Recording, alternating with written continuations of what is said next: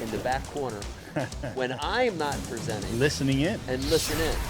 Hey, everybody. Welcome to Bass University Live here on Tuesday night.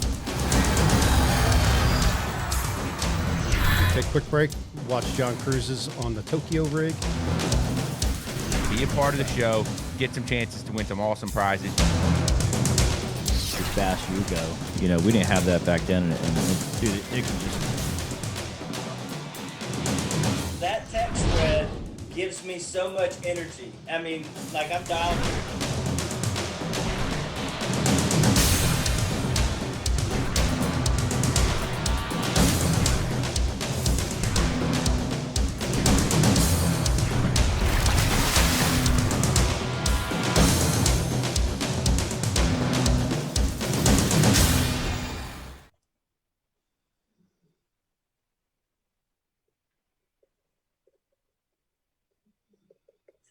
And action.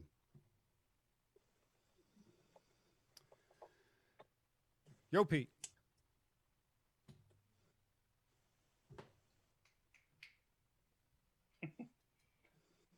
We're live.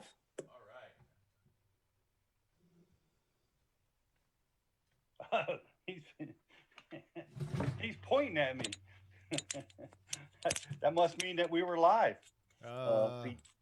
Pete, after 6 years of doing this, that was the most amazing. I'm not paying attention to the intro. And action. Well, hey, we got to cut that piece for tomorrow. That was beautiful. Yeah. Pete. Yes. Sometimes you have to go back in order to go forward. And you just did. And ready? Take it away. Hey, welcome everybody to Bass University Live. It's going to be a great show tonight. We're super excited to have you guys with us tonight. It's a really cool show. We're talking about something that I think is really interesting to guys that fish together, tournaments together, team tournaments, guys that just talk fish and talk amongst themselves to learn and grow and become better anglers, using each other's knowledge base and sharing of information. So that's what we got going on tonight. We got the Drew crew. We've got Drew Benton, Drew Cook. We got David Mullins, three guys that travel and work together out on the Bassmaster Elite Tournament Trail. And how do they do that? How are they sharing information? How detailed is it? How general is it? How are they using it to dig out of trouble or get in the winner's circle?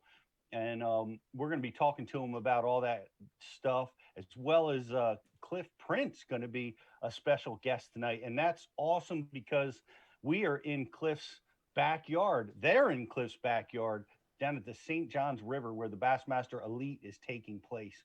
So, well, I feel awesome. I feel super honored that these four elite pros are going to be with us tonight. They're right in the middle of practice. They practice today. Tomorrow is their last day of practice, and then they're going to get after it on the very first elite tournament of the season. So that's good. That's awesome. Can't wait to have them with us, guys. So get your questions together, and we'll be putting them through Rich on the IM board and doing what we normally do. And I see that once again, we've got JK with us, looking sharp in his Gills gear from Georgia. How are you, man? Man, we're talking about practice. Not the tournament. We're talking about practice. Man, I'm psyched up. This is going to be awesome. I think so too. As some of you might remember the great Allen Iverson quote. But I got to be honest, JK, my favorite part of tournament fishing is practice. Wow. It's my absolute favorite part. It's, figuring out that puzzle, just keeping your peripheral open, enjoying that whole process. I just absolutely love it. Unlike Iverson, I love practice.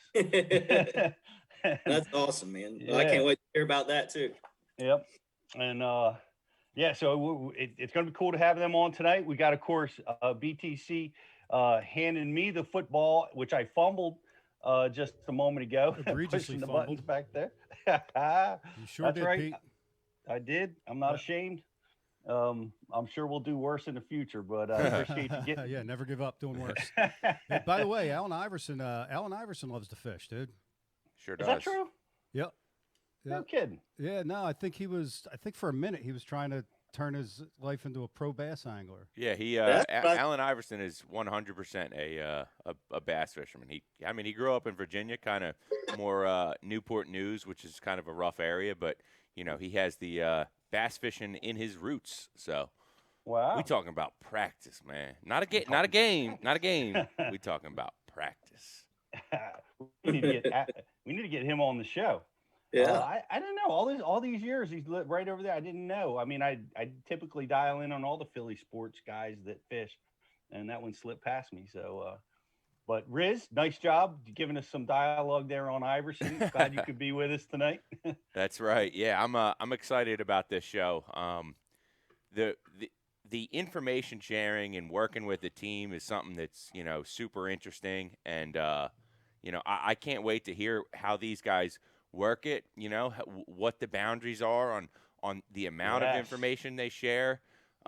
So I can't wait to hear about that, and I hope all the people that I fish with are also watching, so that we can learn from this a little bit, because these guys clearly got something figured out that works for them, and it's really a good strategy. So can't wait. I tell you, it's priceless when you have a partner or some type of crew that you can share information with. Over the years, I've been fortunate enough to travel and share with Ike, and we both won tournaments during that tenure. Of course, Ike won a few more than I did, but I got mine, and I traveled with Dave Mansu. Him and I both were able to win during our the time that we traveled together. And it's and I traveled with other guys. It's just great guys. It's just, for whatever reason, our styles were different. It didn't work out so good. But boundaries are key. There's a lot to learn here. Figure out what these guys are doing, and get yourself into a good crew. It can really accelerate the learning curve. So we got those guys coming on tonight. Once again, we got the Drew crew, Cook and Benton. We got David Mullins, and we got Cliff Prince coming on. They're all going to be on with us tonight. And I would also like to take this opportunity to pat myself on the back for picking correctly the Tampa Bay Buccaneers, the underdogs, to flat out win the Super Bowl. Ooh. Thank you very much. I appreciate it. I'll be I'm not collecting any money, so I didn't put any money down. So I wasn't that confident. But that was a great win. I love rooting for the underdog. And we have Rich was plowing snow. Stockel was doing anything but watching football. And I think, JK, you might have been the only other guy on this call that watched the game. Yeah, man, I was cooking some steaks. Yes, That's sir. right. At the Kimmel household that night. My takeaway from the Super Bowl was the post that I sent to you guys earlier in the day, which was a friend of Tom Brady's about a horse that they acquired a few years back that came in second in its first 3 races. And Tom Brady was so mad that this horse could not figure out how to get a win. And his explanation was, Jesse, it doesn't matter. This horse needs to experience the feeling of winning. That is so deep right there, to experience the feeling of winning. And that's what you get with the Bass University. You sign up for the Bass University, you get over 800 videos, all instructional bass fishing content, up to 30 to 45 minute to an hour-long seminars, all with one goal in mind: to help you catch more big bass. And right now you can get signed up during the show. We'll be taking your questions all night long. If we use your question on the air, we're going to be hooking you up with some prizes. And we have a grand prize tonight, which is a TH Marine Hydrowave and a Bass University camouflage hat. Now, to get involved in that grand prize trivia question, you got to be a BUTV member. If you're over on Facebook watching the show and you insist on loafing around not coming over, head over to Facebook, like and share tonight's feed, and you'll still be entered in for a chance to win a TH Marine prize bag valued at over $75. So like and share tonight's feed, you might get a chance to win. Outstanding, guys. Well, come on over and check it out. We've got so much going on, and I want to announce it right now, guys. We have launched our Bass University online seminar series, which we are doing this year. We're unable to be live with our classes, so we're doing it online. We had a great first event with John Cox and JT Kenny and Bobby Lane. And our next seminar is scheduled for February 16th. You can get your tickets at bassu.tv/tickets. Just go to bassu.tv. You can click on the main slide there and get through, and you can go over to the bassuniversity.com and you can get tickets there. But we have classes scheduled on February 16th, February 19th, and February 20th with some super talented guys, including Brandon Cobb and Gerald Swindle and John Cruz and so many so many talented guys. Buddy Gross. Who else we got? JK. We got Patrick Walters coming. We got the Bassmaster Classic champion Hank Cherry. Yes, finally sir. comes to Bass UTV to get that jerkbait seminar that we've all wanted from him. Yes. And the title of that seminar will be called Jerkbait Flow. And there's definitely a reason behind that. And also his second seminar topic is swimming jigs. And no, we're not talking about swim jigs. So that's going to be a really, really awesome topics with him. And we also got Harvey Horn on the 16th. And I think you did not mention, you got Cobb and Cruz, Cherry, Shane LeHue. Shane LeHue is going to be joining us on the 20th as well. That's right. Guys, go check that out at bassu.tv/tickets or ticket. And you guys can get signed up for those classes. It's going to be Zoom. You're going to be able to interact, ask questions to the speakers. And if you get a question there, you're going to get your mug permanently on Bass University TV as we edit these for release on our main channel. So come on over, hang out with us live. I'll be there. JK will be there. Riz will be there. Ike was with us on the last show, and he'll be with us again at some of these down the road. We'll see which ones he can attend. But we're all going to be there having a great time. So go check that stuff out. And we also, for all you subscribers, we have a 20% discount going on right now for annual subscription that ends tonight. So check that out. It's actually our Super Bowl promotion, the flash sale that's going on right now, and it's going to end tonight. And yeah, it was great. I picked Brady. I picked him for exact reason that Riz said, is because I've rooted against him so many times and he's beat us so many times. And it was winners know how to win. And we've got a trio that are with us tonight that know how to win. And with Drew Cook, Drew Benton, David Mullins, they're going to be with us up first. We're going to be talking about practice. How do you do it? How do you do it? It's going to be a great show. So hang in there with us. We're going to take a quick commercial break. Get signed up to Bass UTV, and we'll see you right back here in just a couple minutes. Why do you love casting fishing rods? I'm truly losing less fish. Is the sensitivity of the rod. That they're made right here in North Carolina in the USA. Strongest, lightest rod, 100% made here in Sanford, North Carolina. From the drop shot rod to the flipping stick, every rod has a purpose to it, and I rely on them all the time when I'm out there in a tournament. Durability in the John Cruz Worming Series, the counterbalancing in the handle. It's the only rod I found that can withstand my hook set. Boom goes the dynamite.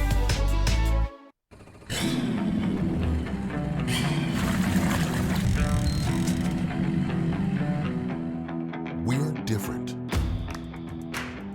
Some would say obsessed. There's no place on earth we'd rather be than right here, right now. Performance-driven gear, so you can fish longer, harder. Gill's Performance Fishing.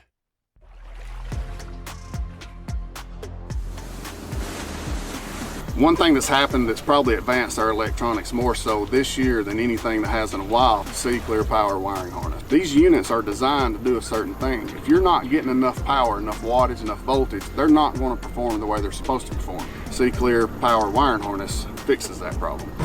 One of the great things about the C-Clear Power harness is it doesn't matter what brand of unit you have, it doesn't matter what kind of boat you got. The thing that you want from the C-Clear harness is power. C-Clear Power puts enough voltage to your units to make them maintain the performance that they're supposed to maintain. So if you're not seeing everything like you think you should see it, C-Clear Power will show it to you.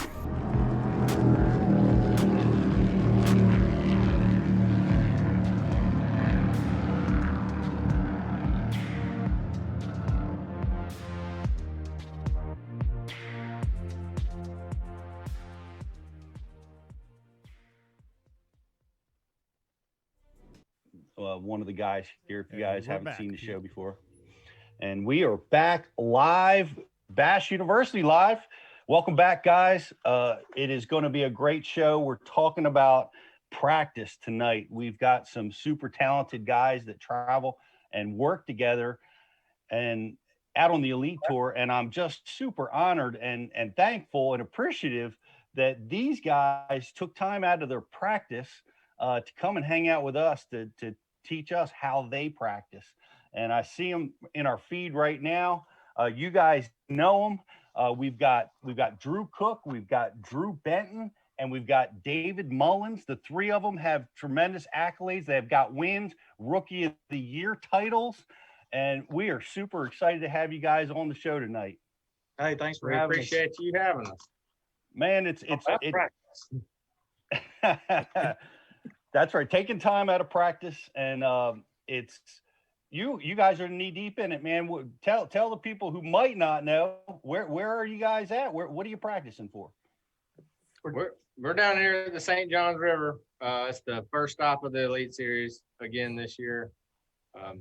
Finished up our final day of practice today. We got an off day tomorrow, and the tournament starts on Thursday. Outstanding. The Elite on the St. John's, it's been the last few years, it's been crazy good. Rick Clun's caught 30-pound stringers to win. You dealt with some different conditions last year, and a guy from up north won that tournament. And now you got, are you guys dealing with warm weather, cold front conditions? Is it fishing good down there? What's going on? Well, I think you kind of got a little bit of what fishermen call the perfect storm happening. You got a new moon on the first day of the tournament. We've had kind of a cold, prolonged winter, and starting in practice, the water has steadily warmed every day, and it's just getting better and better as the day goes on. So I don't think we're going to have the weights as low as we did last year. That's a fact. Man, that is a perfect storm. And we've seen that before down in Florida. When that happens, man, it goes nuts. Those fish can crash the banks and get busy doing their thing. So that's pretty exciting. Well, that's how the record was set in Florida with Rojas did it on the exact conditions when they had 80 degrees for 3 days in a row, and they crashed the banks. That's what you guys have going on right now.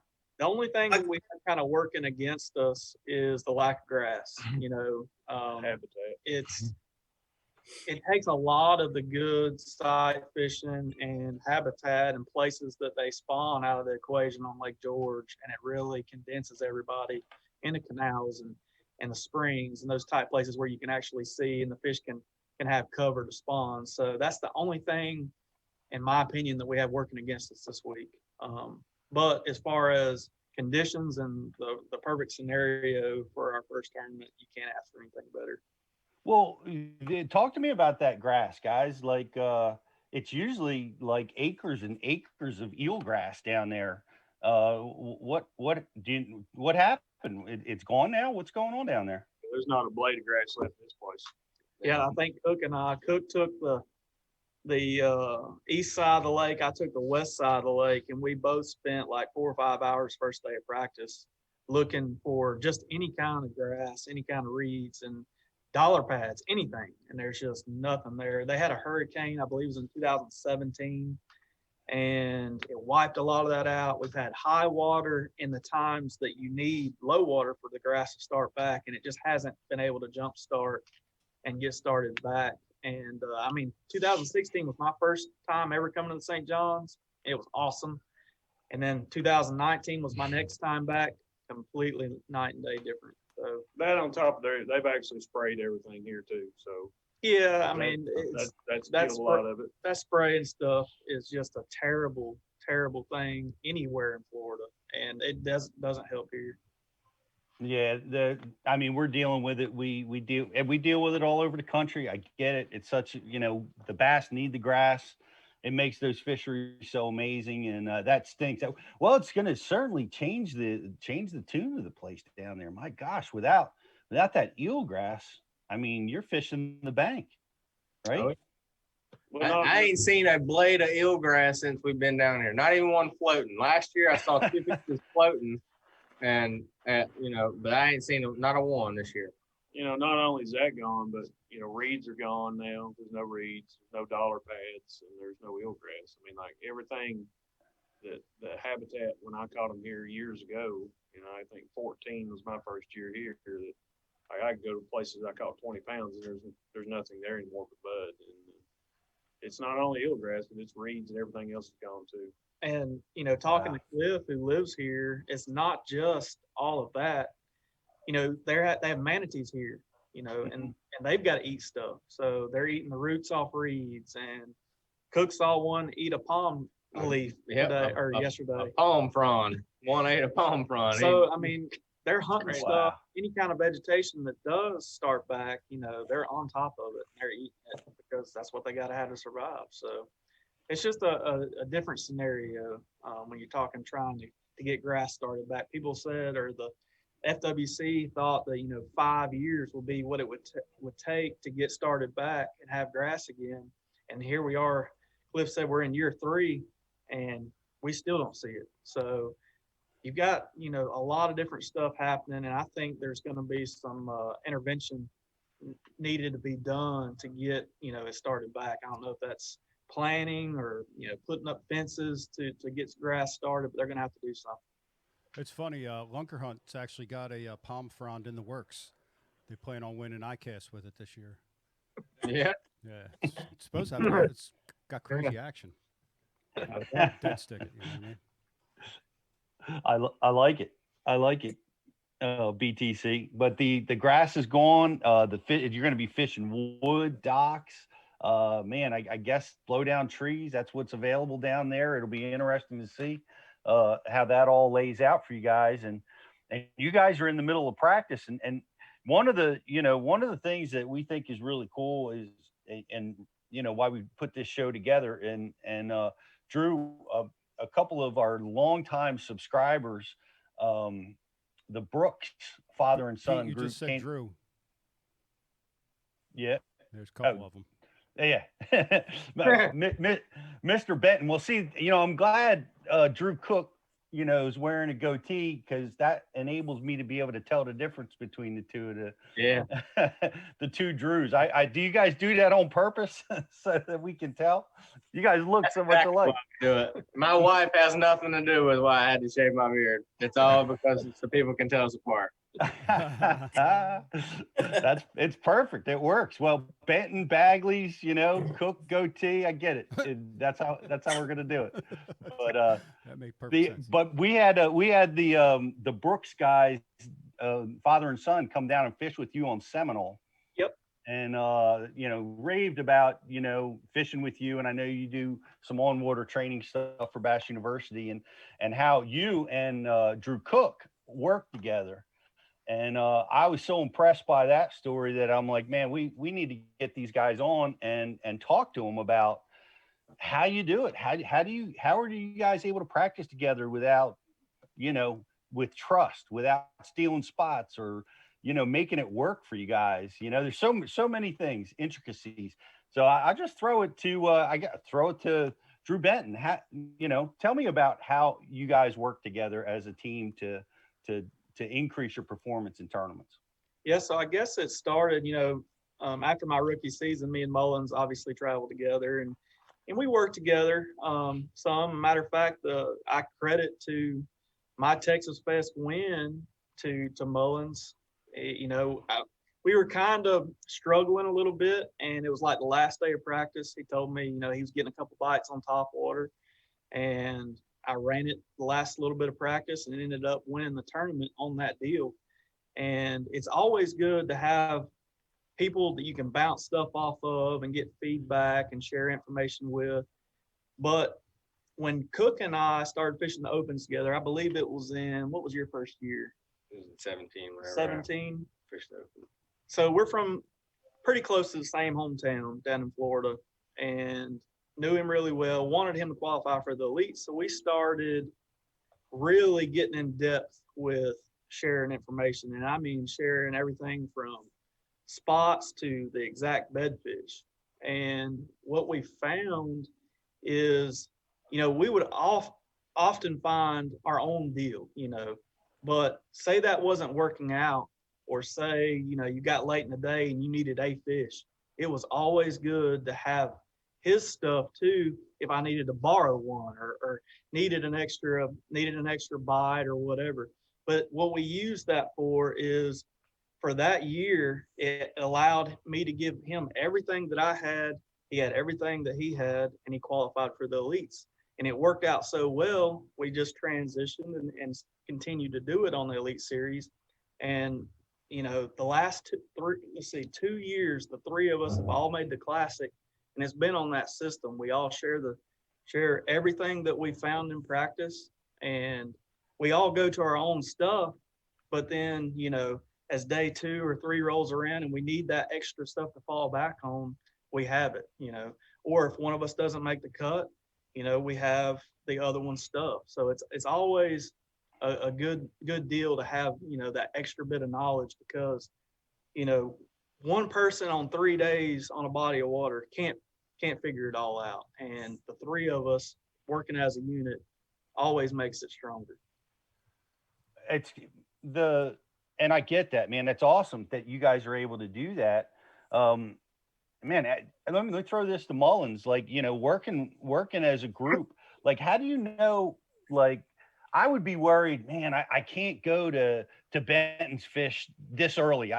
You know, if I'm lost, you know what I mean? You know, how do you decide when, you know, you can do that, or, you know, whether it's being, you know, too aggressive? I think I'm different in the group as far as I don't fish anything alike these two. Like, you know, we're similar in areas, but I don't fish anything. They fish more alike than what I fish, and I don't. It's never been sharing information here. It's never been like I'm not going to run to somebody's fish. Like, I don't go to. The funny thing is, in tournaments, I hardly ever see these two.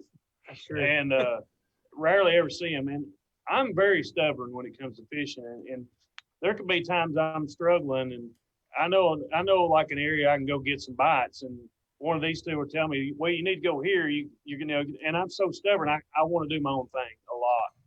But you know what's good about I had some, like when he brought Cook on, I don't know Cook at all. So, you know, I'm kind of hesitant to even talk to Cook about information. He's very hesitant. Because the thing about it is, like, you have to trust somebody in this deal. And like, and now I got that trust with him, and I know whatever Benton tells me is going to be, you know, legit, and whatever Cook tells me is going to be legit. And, you know, it's come full circle. I talked about the topwater bite for him at you know, Travis. Well, he told me about an area at Santee Cooper that he was catching them in. Now, this is the way my information works. I didn't go fish his area, but I went close enough, maybe a quarter mile from that area, and found my own little deal close to what he was saying. And that's kind of how it works. I don't necessarily go to exactly where they're catching them or where they have caught them. It's just like, if I know he's catching them on a chatterbait or wood, you know, in the back of a pocket, that I can go somewhere else and probably do that.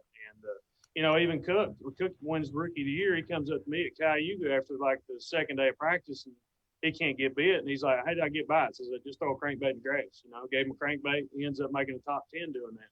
I'm still waiting on that repay. But that's how it is. You know, you got to trust somebody. And it's not, like I said, again, it's not that I'm going to fish their fish. I don't think I've ever done that. Or we don't even see each other on water that much. It's just gathering that information about people that you can trust and how they're getting bid and how you can relate that to what you're fishing. I think another thing is not being greedy. You know, we all three want each other to succeed. And this whole thing is about making a living fishing. You know, really, if you dumb it down to that, me telling either one of these guys anything that I've done in practice is not going to hurt me in making a living. It's just going to help because our network of information, and as long as we're not greedy and, you know, we are all on the same page, it's a win-win. And they want me to catch them because there's no worse person to come back to the room with than me when I don't catch them. True story. True story. I don't want to talk to nobody. I'm punching a hole through the wall. And I'm going home. True story. Winyah Bay. Okay. We all finished like just out of the cut one year. I mean, it was like we're all three. We're 51st, So 52nd, 53rd. We're all right there. We're headed back to the hotel. Mullins calls me up. Hey man, will you get my stuff? I had to get out of there. I just went home. Left his suitcase, his extension cord, Boat cover, his boat cover, the whole everything. his toilet bag, everything. I was so mad at that tournament that once I got off stage, I strapped my boat down and just hit the road, and I wasn't thinking about underwear or toothbrushes. Just trying not to punch a hole through the windshield and get home. So that has happened, but again, get back. Yeah, Winya Bay can do that to you. What's that? Winya Bay can do that to you, right? Yeah, absolutely. Yeah, Ike quit Ike Live after a rough event at Winya Bay. True story. He texted me from Becky's phone and said, so Mike's not going to be able to make it. And here it was Mike from Becky's phone. Yeah, that place certainly can be tough on you, and trust is key. And you know, because I tried working with Brandon Carpenter, but he lies. How dare you, Peter? He'll just tell everybody to throw the shaky head all the time. Damn. Yeah. Throw the sink on. Yeah, dead rig on points. Yep. That's a good one. We're gonna use that one. Drew Cook, you guys were talking about this practice, and it was crazy that you just said it, Drew Benton, that you guys picked one side of the lake, went down it, and the other guy picked the other side. That's working together, man. That's unheard of, to me. Explain how you guys are doing that. So we started doing that, like he said, in 2017 through the opens, and really on the Arkansas River, we had an open, and I took the east side of the river and he took the west side of the river, and we covered about 300 miles of it. And it was, once we all got back, and when you share your waypoints, whatever, you see the sections of a lake or a river that are good. If you mark, a good bite, or, catch a good one, you mark it, and you get 4 or 5 marks, then you know where to not spend your time. You don't spend your time out of this 3 or 4 mile section of the river. And we've done that a lot. We'll do it with lakes. And Lake George, I don't really know how big it is. It's 10 miles long, probably 8 miles wide, something like that. It's a big lake. Mm-hmm. And you can only run so much of the lake. So you got to get up there idle or trolling motor to look around, because you actually had to see it. It's not topped out anymore. And it would take, you could spend all 3 of your days and not see the whole thing. So by just taking the first day and knocking that out, we now know that it won't happen. So when we were here in 2019, when me and Benton came in pre-practice here, it was the same thing. I took the east side of the lake, he took the west side of the lake, and he found a 300-yard stretch of eelgrass. Yeah, we all three ended up. It was like that tall, and all 3 of us ended up making the cut out of it. So wow. Along with the 50 other. Yeah, there was a pile of people that found it, but on day 2. That's funny. There's going to be like 2 strands of eelgrass on the lake, and whoever finds that strand of eelgrass is going to find the mother lode. JK, let me throw it to you, JK. What question do you have for the boys? I got to back up on this whole sharing bedfish thing. I've got to hear more about that. That just gets my fish head brain firing. So you guys will mark bedfish on a spawning event and share every single bedfish, to stay out of each other's way, see what you both found, or just tell me a little bit more about what you're doing there. Well, partly, so when was it, 2019? We kind of messed up. We didn't do that. And we thought we were talking about the same fish. And when we were just talking about it, because it was a big fish bedded on the front of a boat, right? And a canal that was like literally right beside another canal that apparently had a big fish bedded by a boat that I didn't see. Well, we just said, whichever one of us has the best boat number, we'll start on it. Okay, so I drew out the best boat number, went to it, caught the fish. He looks at the footage and said, "This is 2 or 3 months later, whenever the show aired." I was like, "Dude, you got to be kidding me, man!" Oh my There's God. an 8-pounder on the canal before that, right in front of a boat, and never got caught. So to avoid that, and also, like you said, to stay out of each other's way, because I don't want to roll in there and fish for a fish that I know that he's going to, and vice versa. And then as well, like if I've got a big fish in a canal, I'm going in there and he had found one, we might can trade one out. You know, I might have one in an area of the lake that he's going to, and keeps us from running all over trying to catch these, you know, our 5 biggest fish. We can trade them out or do whatever. And it saves a lot of time. So if we probably marked, I don't know, probably 70, 80 fish between each other, you know, 4-pounders. If you don't have to go all the way down this thing looking for the fish, you know there's 2 of them in here and they're all the way in the back on the right. So you just idle all the way back in there, look, you catch the 2 fish and turn around and leave, instead of spending an hour, you know, going down there and looking at all the beds. You know, it's time consuming, stay out of each other's way, and it can save your butt. If you got 4 fish and you're coming out of a canal and you about to have to go to weigh in, you look over there, dang, there's one right here before you get to the entrance. It's 3-pounder. Let me go over there and catch it. Catch it. You got the limit. Save your day. And see, sight fishing tournament, you know, Cook and I, we approach a sight fishing tournament different than a lot of guys. And it's kind of crazy, but we'll pick our biggest 5. We'll get them all locked in. And we run and catch those 5 as soon as they call our boat number. We don't wait for the sun to come up. We don't, you know, we've got those 5 that we're going to go after, and we might fall back and, you know, go try to catch a fish that's on our B list, if you will. But that's how we attack those sight fishing tournaments. Because if you don't, then you stand the chance of other anglers, you know, working their way in your area and catching. Sure. You know, back in 2016, on my first time down here, there was a lot of fish on the lake, you know, spawning and everything. And I had, you know, my waypoints. I ran to the first one that I didn't see a boat on, first big one. I went and caught it. And as soon as I was idling out of there, KVD was coming in there to try to catch it. So that was a prime example. You do not pass one of your good fish. You catch them in order as you run by them. And that's just kind of the way we attack it. Gotcha. Yeah. So I heard Drew and Drew are in that game. So Mullins, are you part of the sight fishing brigade, or are you just winding or doing something different on those tourneys? I'm not much on sight fishing. I mean, I can find some. It's just, and I can remember the same year that he's talking about. I gave him one that was in a tree, the next canal over that, and I remember he caught that one on camera. But I mean, I wasn't going to go down there and play that. I went and seen some, but it wasn't enough for me to go down there and do it. So I just gave him what I had. But no, sight fishing is really not my deal. And I used to really, really like it, but anymore, it's just, I don't know why. Something's changed in the last few years. It gets more frustrating to me than anything. So, gotcha. I'm kind of a blind fisherman now. I'm kind of in that school of thought. I don't like it much. I like doing it, just not in tournaments. But I'm interested in you know, how you guys mark each other's fish. Does Drew the spawning fish that Benton finds have like the icon has a full beard, and the Cook icons have a goatee?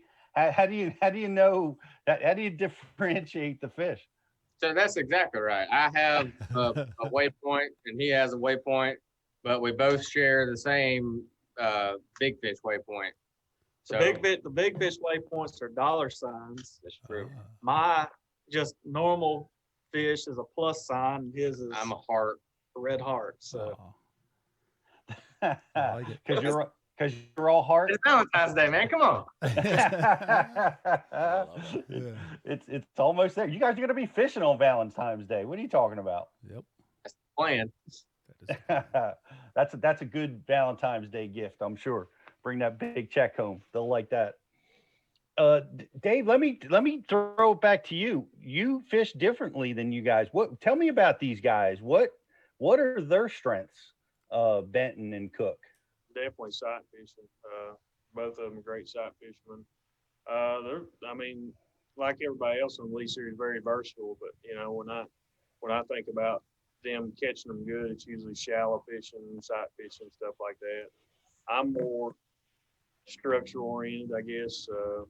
You know, I like to fish offshore a lot more. Even though, like, it seems like the tournaments I fish offshore anymore, I never do any good anymore. But that's why I like to fish. I like fishing structure. I like winding a lot of stuff. Anything that involves a crank and plug. Yeah. A loaded crank. And that's probably the biggest difference. They're more shallow oriented, and I'm kind of more structure oriented. East Tennessee, Florida. Yeah. Makes sense. Yeah, you guys, the Drews are shallow. You guys talk about being shallow water guys all the time. Tell me about it. What's Benton? Tell me what Cook's biggest strengths are. I think he can see them better than I can. I can tell you that. But we fished a sight fishing tournament on his home lake, Lake Talquin, and everybody thinks that I can see them really well. I can't see them as good as some of these younger guys, but sight fishing, I would say punching. He's real proficient at punching.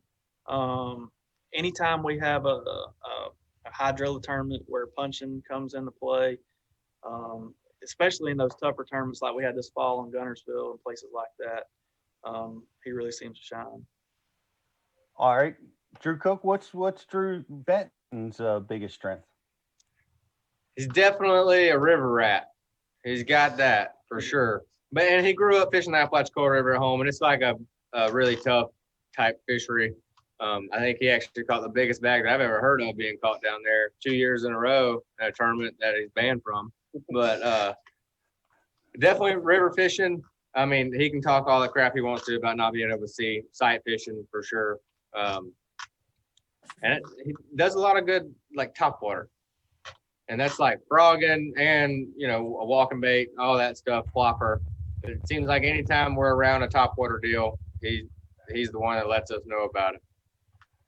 Well, he won that the big Texas tournament throwing top water. So it was cool. I got to go back and see the time I interviewed you, after you won that tournament. And that was pretty cool to go back and listen to you talk about how you won it. And especially how who was it that gave you the marina? That was Marty Robinson. Marty Robinson. That's right.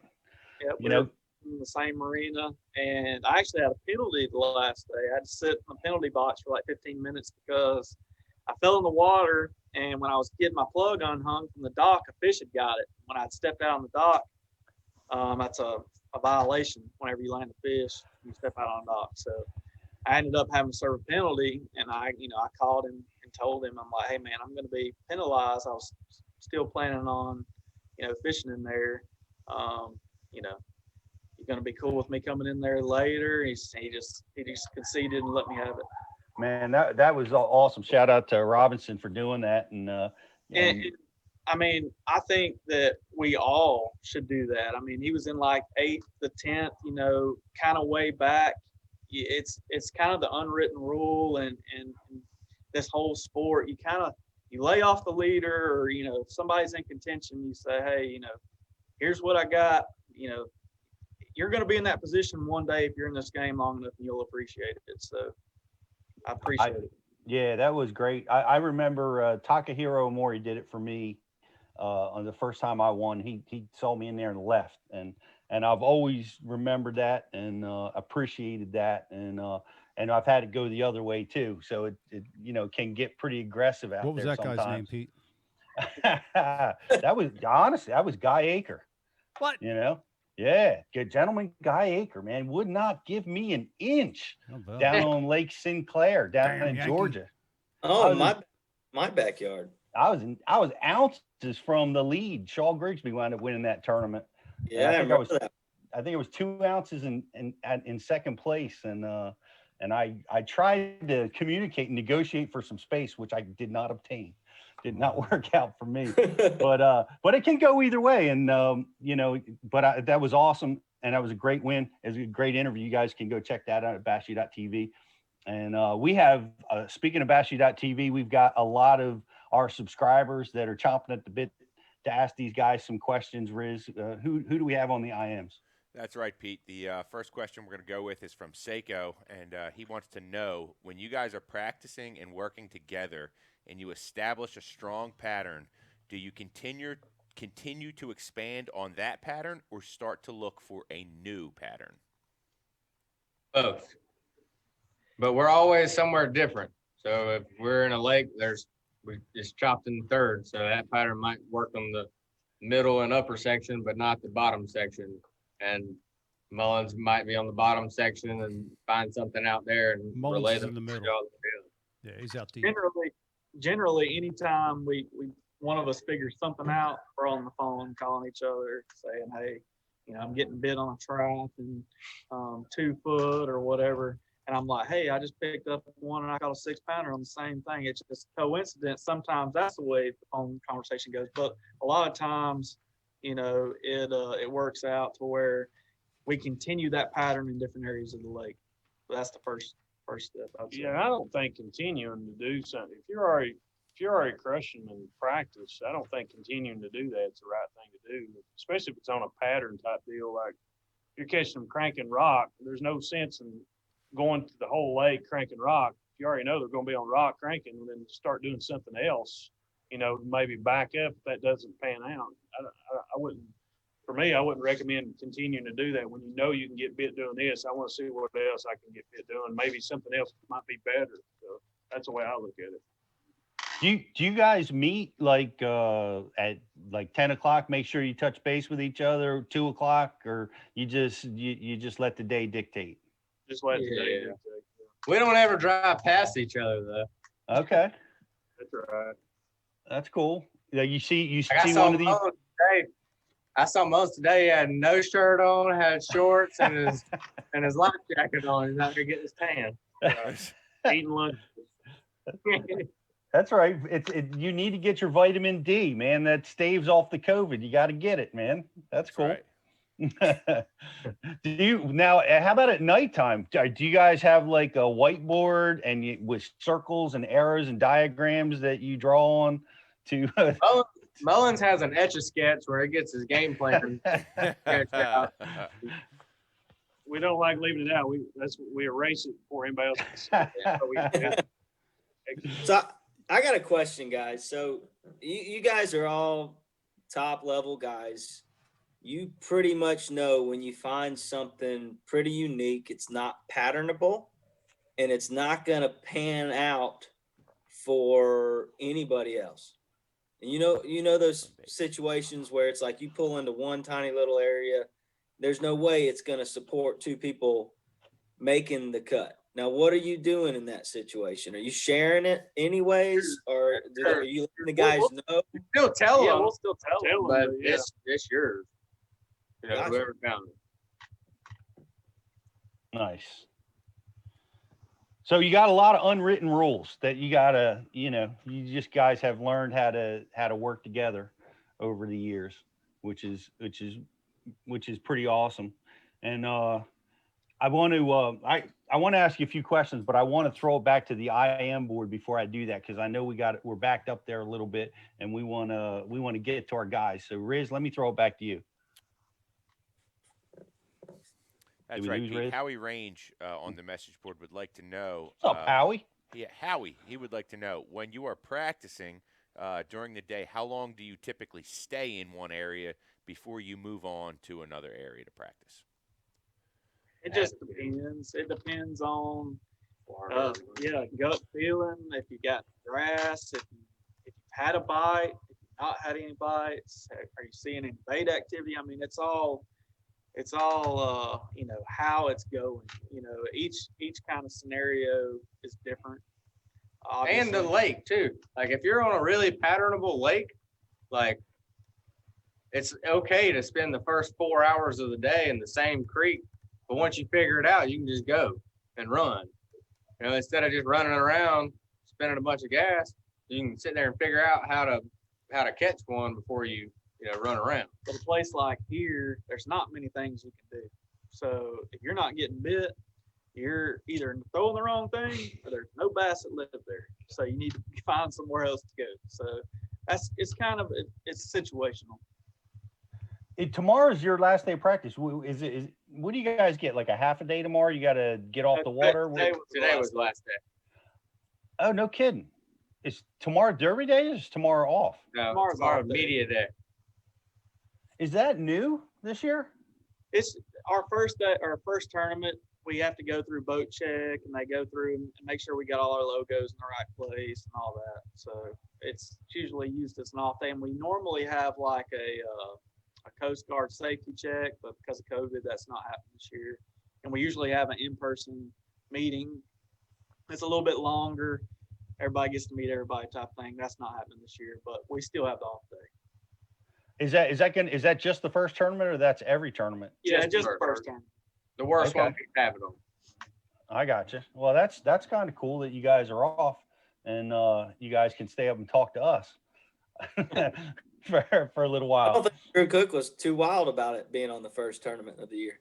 No, I would much rather prefer to put my fish to bed in a sight fishing tournament the night before, have them primed up, where if you got it inside of, a 4-foot section, you run over there and eat it.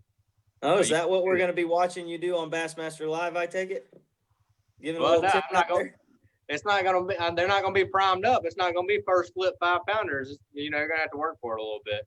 Oh, I hear you. Don't know how many of them are still going to be there. Yeah, you could have Uncle Joe go and throw his shiner on our off day. So we'll see. We'll still there.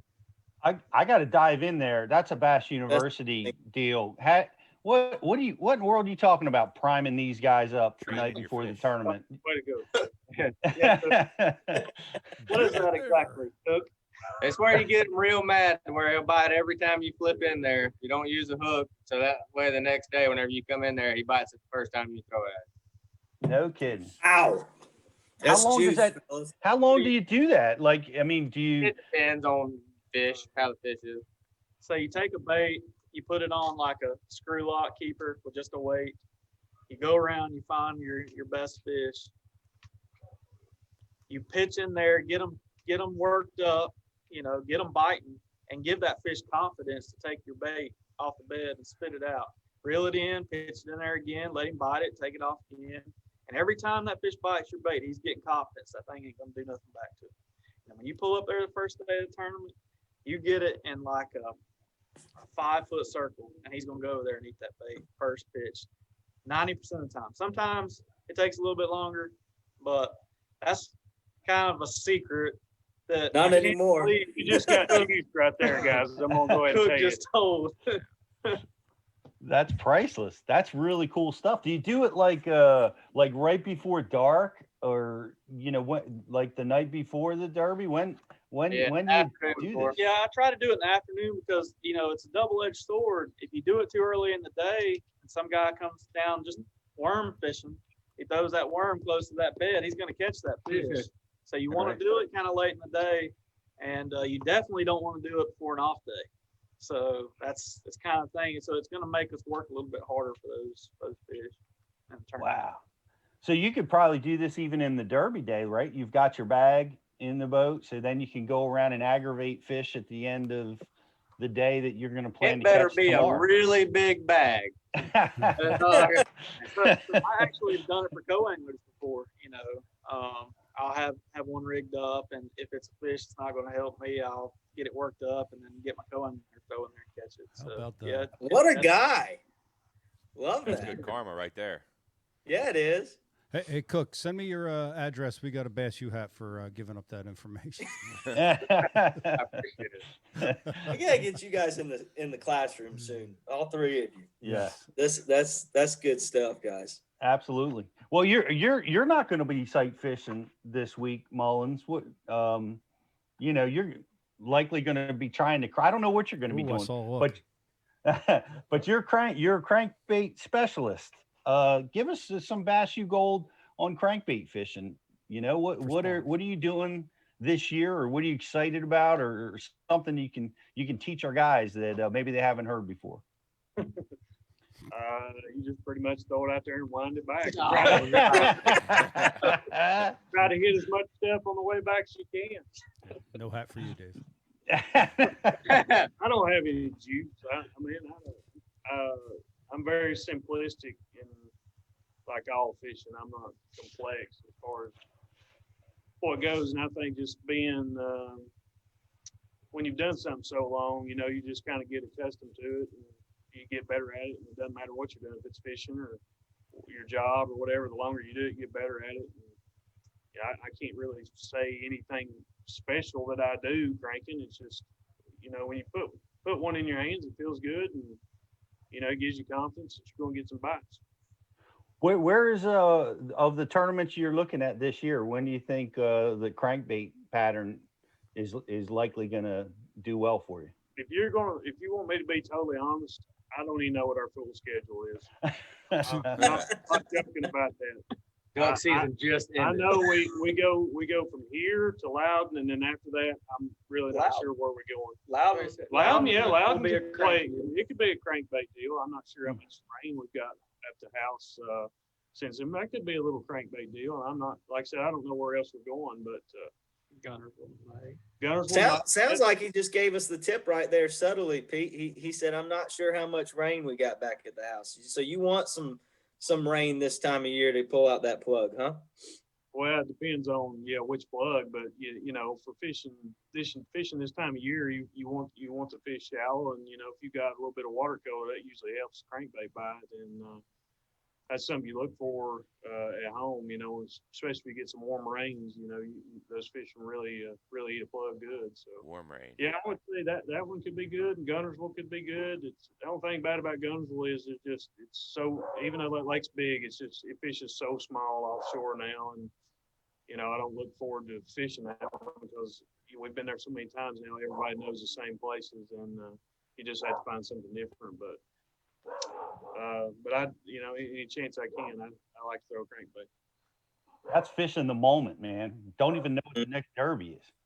I honest God, I really don't. And don't ask him where we're staying. Yeah. They send me the Google Maps of where we're staying. I show up, we'll split the bill, and I go home. That's awesome. And one year he's going to be really upset when they say, see you in Columbia, Washington, Oh yeah. You guys could really mess with Mullins, man. Send them to the wrong house. Yeah, we could. Yes. We could. Trust, Pete. They've got this trust relationship going on. There might be hell to pay for it. Yep. Yeah, exactly. Who's the administrator? Who handles all the bookings and stuff in this crew? Bookies. Not him. Not him. I do, but usually it's them two that get all we the split bookings. it. Yeah. That's awesome. Let me go to you, Benton. You talked about you really gave us a great sight fishing. When you're trying to catch these fish on the beds, give me what's your go-to on the bed tool to get these fish caught? Well, I like about a 3/8 ounce weight, tungsten weight, 20-pound Seaguar and VizX. I will step up to 25 if I'm around, pad stems or lily pads, something like that. 4/0 owner, extra wide gap worm hook, real simple there. And the bait I like the most is a big bite fighting frog. Don't ask me why, but time and time again, that bait, anytime a fish is on bed, they just react to it really well. I don't know why it is. It looks a little bit like a crawfish. Looks a little bit like a beaver. It's kind of a cross between the two. It swims really well. It's got some good kicking appendages, and they really like it. So I have a real thick box of big bite fighting frogs in my boat, from white, green pumpkin, watermelon red, all kinds of different colors. I stick to natural colors most of the time. I don't like to see the bait. Mm-hmm. I like to set the hook on the bite, and it keeps you from foul hooking them and getting mixed up. And that's something simple that I like to do. A lot of guys will throw a white bait. I only throw a white bait if I've got a fish that I have to play catch with. That one fish that will not bite the bait, and I have to pop it up in front of his mouth and play catch with him and get him to shock bite it. That's the only time I'll throw a white bait. You keep talking too much. You're giving them too much use. Don't talk about shock bites, okay? I have a question for them. Why do you use the EWG instead of like an owner flipping, like the jungle hook? I use flipping hook. I use a G finesse straight shank. Well, mine's not a EWG. It's just their wide gap worm hook. Okay. Why do you use that over like a flipping hook if you're using 25-pound test? The only reason is because I lost a few fish on a flipping hook one time. I'm sure it was super random, but I cut it off, threw it in the pond, put that back on, and then turned back since. Sorry, I had a question on it. That's all right. We're sending you a hat for using your question live on the air, Dave. Appreciate that. That's now you talked a little bit about color, and you said something about, and this is surprising to me, is that you set on the strike on a bedding fish, and like, why do you do that over allowing that fish to engulf the bait? Because I've seen a lot of times they'll grab the claws, they swim off, and then they pop it. But you're setting on the strike. Talk to me about No, that. I'm not necessarily sitting on the strike. I'll let them move with it, first. And sometimes Okay. I'll let them put it out the first time they bite it and really get it again. It's the same thing as when he's talking about priming them up. It gives that fish confidence that something bad's not going to happen when they bite the bait. So, I'll actually let them feel them, swim with it or move with it before I set the hook. I don't do it on the strike. But I don't want to see that bait, because a lot of times that fish will swim in front of it. You'll think he's got it. You'll set the hook. You might hook him in the side. You don't want that. For sure. And the other backup bait that I have tied on, and I'll have tied on, is just a drop shot. I shouldn't be saying this, but anytime I cannot catch a fish, I can pitch a drop shot in there and catch him most of the time. And that it's just a bait. And sometimes I'll put a bite frog on it. Sometimes I'll put a finesse worm on it. But it's a bait will stay up in their face. If a fish is suspended up off their bed and not, tight to the bottom on it, it's a bait that I can finesse it and get it to bite a lot of the time. Drop shot is key. I know our boy Greg DePalma is, constantly using that in the beds. I know that's a big key for a lot of sight fishermen. And Riz, I want to throw it back to you. For some of our IMs, some of our guys are watching. What do they want to know?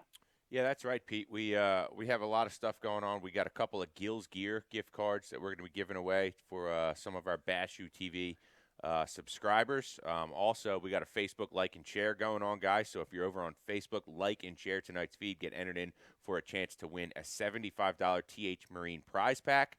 And use the code BULive30 if you want to get signed up for the #1 program in bass fishing education. Over 800 videos on our website. It pays to be a Bass U TV subscriber, literally, with all the discounts you get with pro member benefits. But with no further ado, Backlash Pro wants to know from the entire panel, the panel and the Drew crew and David, how much do you think the tide will play on the fishing this week at the St. Johns River? I don't ever worry about tide. Ever. As long as the water is moving, you should be able to get a bite. If they're on the bed, it doesn't matter. You should be able to get them a bite. I mean, it really comes down to where you're fishing on St. Johns River. If you're up towards Palatka, yeah, tide does play a factor because you have a lot bigger tide swing. And if those fish are up there on bed and it's a low tide, there might be, 3 or 4 inches over their back, and they might be real skittish. And then when the tide comes high, you won't be able to see them, but they're still there. They're easier to bite, that type thing. But for where I'm fishing, it's not really tide affected down there closer to Lake George. Let me ask you, and I want to follow up with that before we throw it to David and the tides. But when it's high tide and you guys are bed fishing, like, you can't see the fish as good. How are you consistently being able to get near that bed or fish for those fish that you can't see? So a lot of times, if I have one that I feel like that's going to happen to, whenever I drop a waypoint, I'll have my line up and I'll put it with the waypoint. It'd be a 5.5 pounder left dock post with flagpole. So now I know if I line up the flagpole with the dock post, there's my cast. I don't have to see it. Right. Yeah, that's tricky. Yeah, that's obviously that's awesome. I heard of guys putting bright golf balls down or putting markers down, like sticks next to the bed. Or you guys ever do any of that stuff? That was their first time. No. No, if you put something down, somebody else will find it. Matter of fact, the first year, it's kind of a funny story. The first year, it was day 4, it's 2016, we were here. I went into an area that I had seen some fish and marked them, on like late in day 3, went in there and started, and somebody had put tomato steaks out. Well, those tomato steaks didn't bother me none. I knew where to fit. I caught all the fish off of them. Here comes Justin Lucas. He's like, "Did you catch all those fish off those tomato steaks?" I'm like, "I don't know.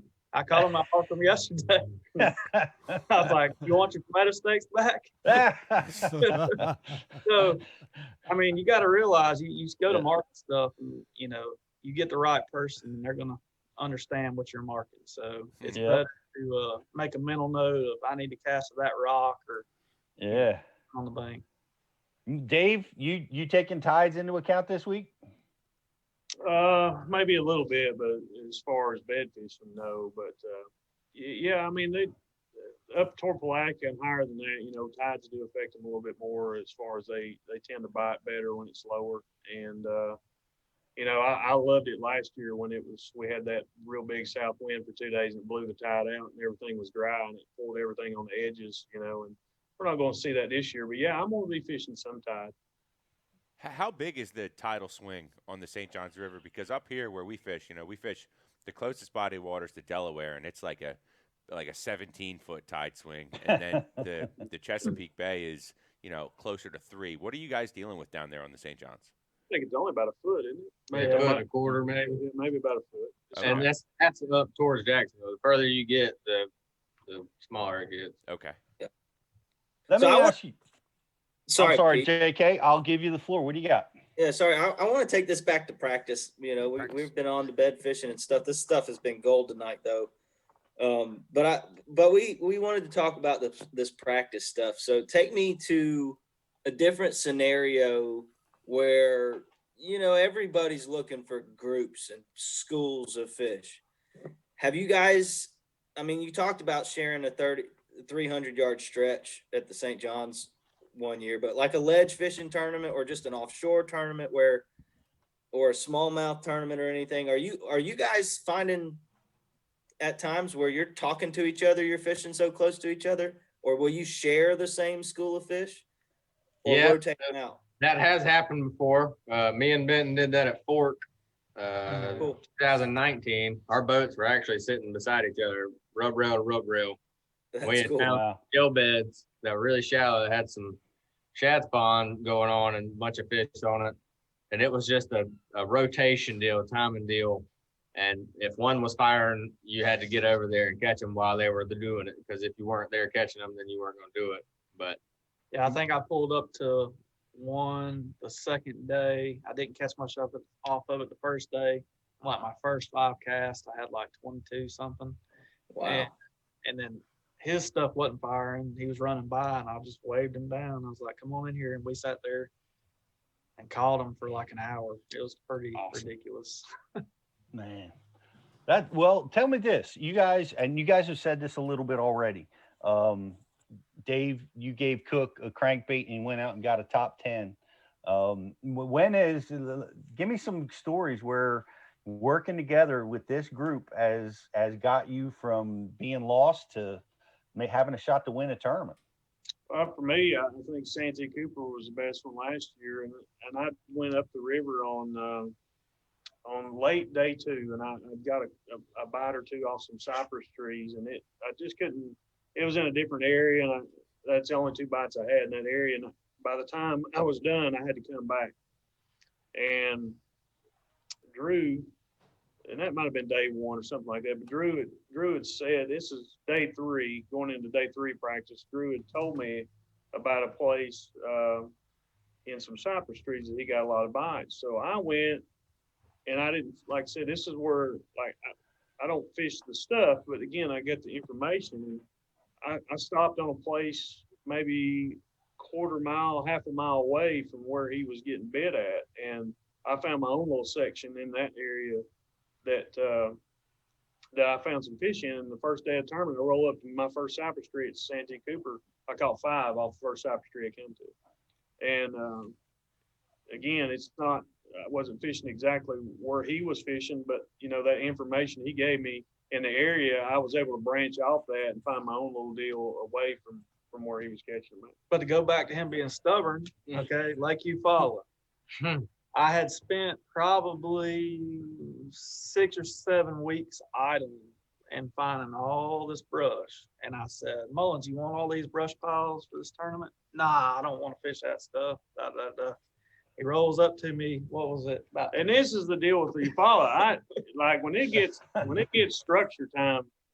Like there's times I won't make a cast in 2 or 3 days. Like I'm just looking for schools of fish, and I can't. I don't know how many schools I located on Eufaula after the second day. Well, unbeknownst to me, the water started coming up. So I'm going to the third day, going to recheck some places, and I'm like, well, that school's not there. And I was like, go to another place, that school's not there. And then I had a couple of schools left. Well, by the tournament rolls around, yeah, the 15 schools I had, I've got one, and they wouldn't hardly buy. It's like 1 o'clock in the evening. I've got 3 in the live well, I think, and two in the live well. Where's those brush piles at, Drew? Where's those? Drew runs by, and he's like, you got him? I said, no, man, I just got 2. I thought I had 3, but I had 2. And he's like, here. He gave me a waypoint of a brush pile, and he said, here's another brush pile. He said, those 3 right there, you should be able to catch 3 out of it. And I looked, just one shallow brush pile he got. I had a dot that I had found one right next to, like within 25 yards of it. And this goes back to, like I've said, that one bite will make or break your year, whether it be making a classic, winning AOY, winning whatever. And so I go to the first brush pile, catch like 2 off of, gives me 4. I go to the next brush pile, I don't think I got a bite. I go to the next shallow brush pile, and I caught one off it. And I'm like, well, heck, I got this brush pile I found right here beside it. And I go there, and like the second cast, I lose like a 6.5 out of this brush pile with a worm, which never comes off. It comes off in my hand. And if I catch that one fish, then I win AOY. I don't have to show up for Lake Fork. I'd have had that big a lead in the AOY, just that one bass. But he ended up catching that same fish the third or fourth day. The fourth day, he catches the same fish that I lost. It weighed 6 pounder. 6 pounder. And he's like, yeah, it had a big hook gash. Like it popped right in. And I was like, yeah, about the time it jumped off, that's where it was at. That's great. So that saved you. How about you, Benton? Give me your best help that got you close to the winner's circle or in the winner's circle working with these guys. Obviously, Lake Travis was the biggest one, probably. But there's been, I think all 3 of us have had one event where either we were just clueless, didn't have anything to fall back on, and one of us was able to bail us out to where we didn't have a complete bomb. The bombs that I did have were on me. I can say that. I mean, I had the bites, or I was in the right areas. And I mean, honestly, you can't deny the results that we had the last 2 years. I mean, I think both of us were in the top 10 in points in 19, and then he almost won the AOY last year. I was in the top 5 going into the fall swing, and I had a couple bombs. So I really feel like our system works. I really do. Oh man, well, that proof's in the pudding. And I think you said a mouthful when you know, a lot of times it's probably more important, and not to get you in the winner's circle working as a group, but get you out of trouble when when you get spun out and get lost. Absolutely. You know, tell me, Cook, what about you? Has that happened for you where, man, you were lost and this has helped you out? Oh yeah. Cayuga. Yeah, right. 2 years ago, or in 2019, absolutely. I had a few shallow fish that I was gonna have to, sight fish and chase down the bank and catch around docks and stuff, and that was it. I had about 9 fish I felt like I could catch, so not even 2 days limit. And Mullins said, "Throw one of these," and I took it and ran with it, and it worked. What was it? What was the crankbait?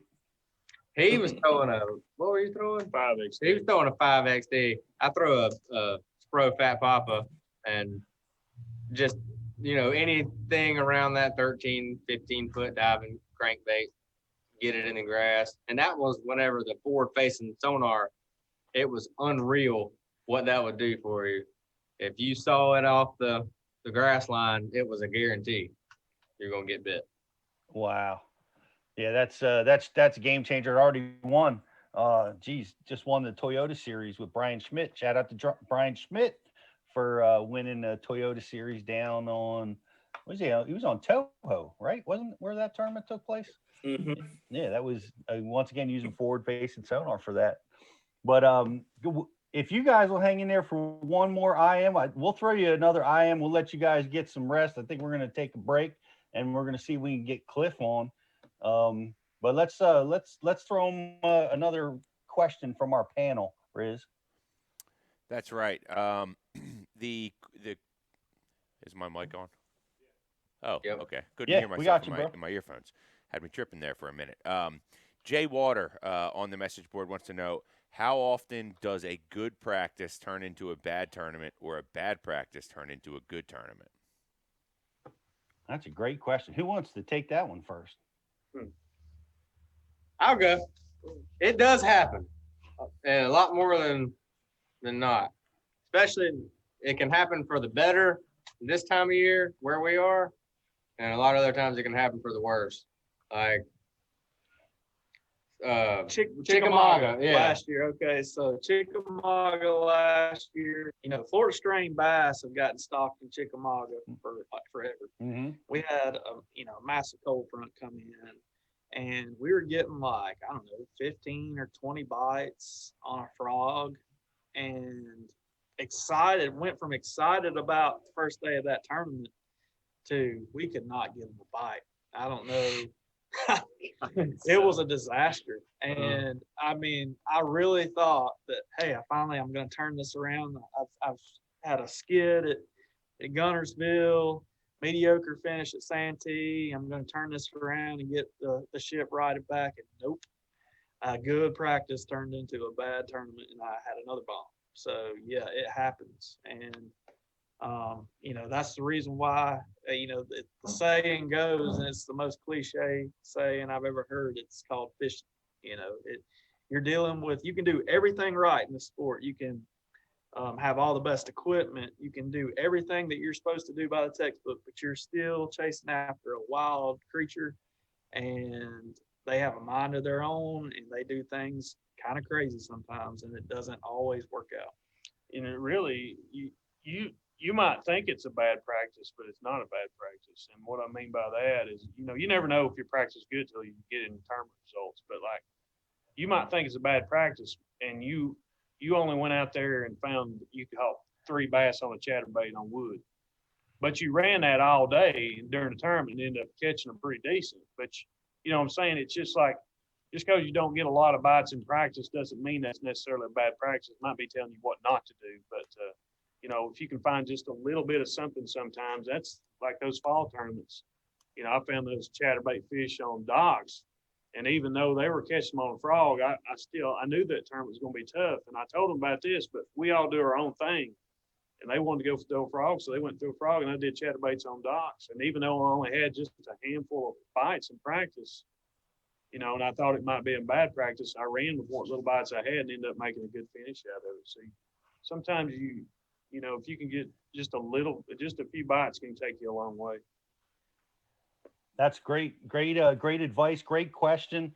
And we have something that we like to do here at the Bass University. It's called the Bass U Battle. And we're going to pose you guys a set of conditions, and each one of you is going to get a chance to weigh in on how you're going to catch the fish and win the tournament in those conditions. And we are going to be the judges and pick the winner of the contest on the Bass U Battle. You guys up for this? Let's do it. You guys ready? JK, what do you got? Yeah, so the way we're going to make this go a little quicker tonight, we're going to give Mullins the bye. We're going to do a little bracket style. So we're going to give Mullins the bye because he was the highest finisher in the AOY standings last year from the 3. And he's older. So the Drews are going to face off first. And has less hair. Most oldest. Yeah. So the Drews are going to face off first, and then the winner gets to face Mullins, and then maybe later tonight, Prince, since he's the hometown guy, can have like the ultimate. I don't know how it's going to work, but for these three guys, that's how we'll do it. So, guys, I'm taking you to Toledo Bend, Drews. Toledo Bend. We're talking this weekend. We're talking. You're not fishing the St. John's. You're fishing Toledo Bend this weekend. The lake's about 3 feet low right now. Water temperatures around the lake are about 52 to 55. You're going to get 2 inches of rain between Wednesday and Thursday this week. The temps are going to start dropping the rest of the week. Saturday should be a low of 30 and a high of 40 and completely overcast clouds. You're not going to see the sun. So that's what's going on Toledo Bend right now. Who's going first, guys? One question. Does Toledo, is this with Toledo Bend with grass or Toledo Bend without grass? This is current. It's Toledo Bend current. Does Toledo Bend with grass? Right? This is 2021. I'm sure all the guys fishing the Skeeter Bass Champs and the BFL this weekend there would love to hear your answer. But yeah, this is the current Toledo Bend. Okay. Well, I'm gonna walk away. Personally, I am looking for hydrilla somewhere down there in housing, the Indian Mounds area, because that's going to be your clearest water with all the rain that you're talking about. It's going to stay clear. It's not going to put those fish in the funk. Usually when you get a torrential downpour like that and the water muddies, it puts those fish in a funk for a little bit. So I'm going to look for fish that are going to bite the whole time. I'm going to throw a rattle trap. I'm going to throw a jerk bait over that hydrilla. Those are 2 baits that catch them consistently in cold weather. I might mix in a chatterbait if the grass is too thick, but those are my 3 baits. That's how I attack Seminole this time of year. That's how I attack Toledo. Did Mullins just get on a motorcycle and drive away? Yeah, Willie. Yeah, it's a 3-wheeler actually. 3-wheeler. That's way better. Yo, fat cat. All right. That's awesome. All right, we got you're going for Clearwater, trap, jerk bait, Benton, hydrilla. Cook, what are you doing? So I would do the same thing, but you can't use it. But I can't, and because you said it's going to be overcast, the winds are going to blow, and it's raining on the weekend, I'm going to say I don't know anything about Toledo Bend. I don't know where it is. So I would get around some type of spawning flat, spawning pocket, something like that, and I would throw, still a trap, a Ruco shad throw, a nickel spinner bait would definitely be, because of the wind, because of the rain, something I would throw on the shallowest, deepest wood that there is. I know that sounds stupid, but if you know what I'm talking about, you know what I'm talking about. That sounds like a Yogi Berra-ism, Cook. Yeah. What is that? The shallowest, deepest wood? That's awesome. So the deepest shallow wood you can find. Anything that as close as you can get to the bank, it still has 2 foot on it. I got you. Pretty much. I'm with you. All right. And I would try to find some type of hyacinth somewhere in a pocket or anything to punch. Okay. Got it. I'm gonna weigh in. Drew, Benton, that's the solution. Clearwater, more stable in those conditions. Trap and jerk bait. They're dominant techniques. Cook, your spawning flat trap. I like the spinner bait too. It's having a comeback, but this is a clear win for Cook fishing the deepest shallow wood. I don't really know what that means, but it sounds really cool. But, we're giving that one to Cook. On my end, JK, I'm throwing it to you. So yeah, I mean, both good answers. I don't know where you get the reasoning. I feel like, and maybe it's an advantage of going first here, but the biggest thing that stuck out to me with dealing with these falling temperatures, those fish, I'm with them. I think they're going to go ball up in that hydrilla, get up in that grass. That's exactly what he was saying he'd do at Seminole. He's got me sold. I think that's what they're going to do. My point's going to Benton. Ben. Benton, BTC? I've never been to Toledo Bend, and honestly, I didn't even hear the answer. I was distracted by that three-wheeler. I imagine that David Mullins gets the point. I was imagining Mullins driving off in a Harley, doing a burnout, throwing rocks against the house. So I completely didn't hear it. Sorry, guys. To you, Richard. All right. Are you absolving tiebreaker himself? Riz? Yeah, I'm gonna have to go with Cook on this one too, just because of the how he said the deepest shallow wood, and to me that sounds really unique, almost like he's looking for areas of the bank that are cut out a little bit different, so that it has more water on it than the rest of the stretch. And I think sometimes in the pre-spawn those key little areas can make a big difference. So I gotta lean towards Cook on that one. All right. Drew Cook wins the first round. He's going to be taking on David Mullins here on the second round. Unless he gets back on his Harley, we're going to three-wheel Harley. Three-wheeled Harley. We're going to go live with another question. JK, let's set them up. Yeah, so we're going to do another current conditions. We're going to where my derby's at this weekend. And Mullins might have the upper hand here. We're going to Lake Lanier this weekend. It's been warm the last few days. It's been hitting 65, 68. The water temps are around 48 to 51. And the temperature is going to drop. We're going to get about the same kind of rain, couple inches of rain over the next couple of days. And it's going to be a high of 42 and a low of 30. All clouds. You won't get any sunshine the rest of the week from this point on. So we'll let David choose whether or not he wants to go first or last. It's not Jeopardy. I'm going to go first so I can get out of here because Cliff Prince is staring at me. He's ready to get on this. He's ready to get on the deal. So stable conditions. You said a little bit of rain. Water temperatures what? No, not stable conditions. Everything's falling. It was warm the last couple of days up into the 60s, and it's going to be a high of 42 on Saturday. Cold rain's coming. No sun the rest of the week. It's going this way. They're going to bite. They're going to bite. That front's bringing them in. It's going to bite. It's been raining. There's a little white. This is going to be the winning deal. I don't even know why you're going to answer this. Give it to us. Very watercolor. I'm going to be fishing the same thing I about won Lanier on last time when I was just here. Look at him. He's already mad about it. Yeah. Better be throwing a DT6 and a jerkbait. I mean, it's going to be cloudy. They're going to be up. They're going to be moving around. They're going to be roaming. Plus, there's going to be a little bit of watercolor in it. I'm going to be fishing some rock veins and some mud banks with some deeper, steeper stuff to it. And, I mean, you don't need to answer this question because it's over. So back to this though, earlier, before Mullins ever trusted me, that was our second tournament of Elite Series.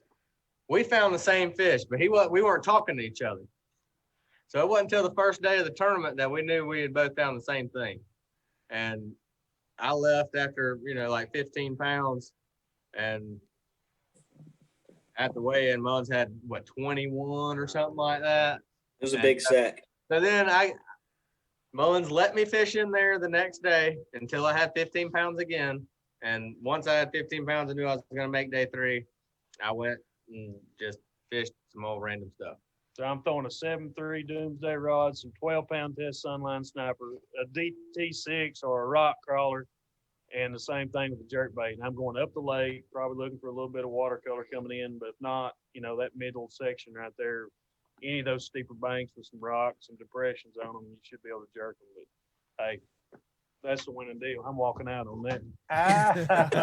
He's dropping the mic, getting back on the Harley. Drew, are you going to? I don't disagree with him. In all honesty, that is exactly what I would do. That's the same thing I did when we were at Lanier. The only thing that I would do is I would throw, like a rock crawler, 55, something a little bit deeper. Get out there in that 10-foot, 12-foot range as well as fishing, like the rock crawler MD or a fat popper or something up shallow. Okay. There's the answers. Drew Cook, that is not correct.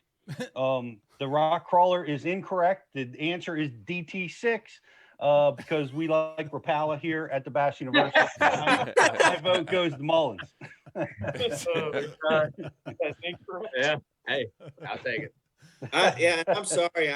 I'm going Mullins because Drew Cook just said I would do the same thing too. I would. And the same thing is David only let him stay until he got 15 pounds and then made him leave. So I would do the same thing that Paul Mueller did last year or 2 years ago when we were there. Then you'd have had to pick me because he won. There you go. I like it. BTC, we got to have you weigh in on this.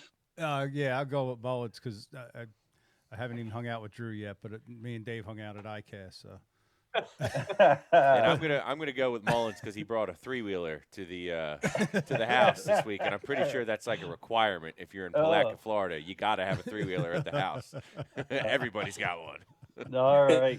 Well, congratulations, David Mullins wins. Drew Cook, you're 1-1. Thank you for playing along, guys. It was awesome. No problem. We appreciate you having us. I guess we're gonna step out and let the Prince of Palatka get in here. We can't wait to talk to Cliff Prince. BTC, we're going to take a quick break, or are we going to bring him right in? Let's take a quick break, man. You guys, thank you so much for hanging with us. I know we kept Thank you, guys. Good luck. Man. Great stuff, guys. Awesome. Good luck. Thank you, guys. Appreciate you. If any of y'all ever get the chance, make sure y'all check us out on YouTube. We have a series called The Cut Line. Check it out. Every tournament will show you what it's like to live the life on the Elite Series. Sweet. Very cool. Yeah, I love it. We'll definitely check it out, guys. Check it out, guys. Drew Cook, Drew Benton, David Mullins. Thank you guys so much. We're going to be right back in just a couple minutes. Moment on the water not spent fishing is a moment wasted. That's why Minn Kota and Humminbird have joined forces to bring you the One Boat Network. Products that communicate and integrate to help you take full command of your boat. Born from our commitment to making the most advanced fishing gear even better by making it work together. The One Boat Network will help you find, get to, stay on, and catch more fish. When One Boat Network products talk to each other, they can navigate your boat automatically. They can give you a crystal clear view of what's below with no messy wires. And they can let you lower, raise, and change shallow water anchor modes from anywhere on the boat. But that's just the beginning. We're never done innovating, integrating, and making your boat simpler and easier to control. All so you can make every second on the water count. Tackle Warehouse is proud to sponsor the FLW Pro Circuit and is the official tackle retailer of FLW, providing proven bass fishing gear as well as the newest and hottest tackle. Our friendly and knowledgeable customer service staff can help you every step of the way. And we offer free ground shipping on orders over $50. Tackle Warehouse, everything for the bass angler at the lowest prices. Guaranteed. I have to be constantly on the lookout for new techniques to stay on the top of my game. Giant. Some have been more successful than others. Giant. The finesse fingernail. Happens every time. The chain gang. Broke it off. The crow's nest. Never let go. And don't even get me started on tackle management, especially trying to stop rust and corrosion. Peanut butter. Not good. Motor oil. Gotta keep the rust off all these baits. WD-40. Gotta keep the rust off. Silica, toothpicks, Q-tips, the list goes on and on. I'm hard on tackle, I fish fast, I need my tackle organized and protected. I can't be worrying about losing baits to rust. And when it comes to tackle management, there's only one solution. Flambeau Tackle Storage Systems with Z-Rust technology. The original anti-rust tackle box. Uncompromised clarity. Renowned durability. The infused anti-rust option that is FDA safe and free of harmful chemicals. The organization options are endless, but there's only one. One box, one anti-corrosion technology, one family-owned, American-made brand, Flambeau Z-Rust Tackle Solutions. Preserve, perform, repeat.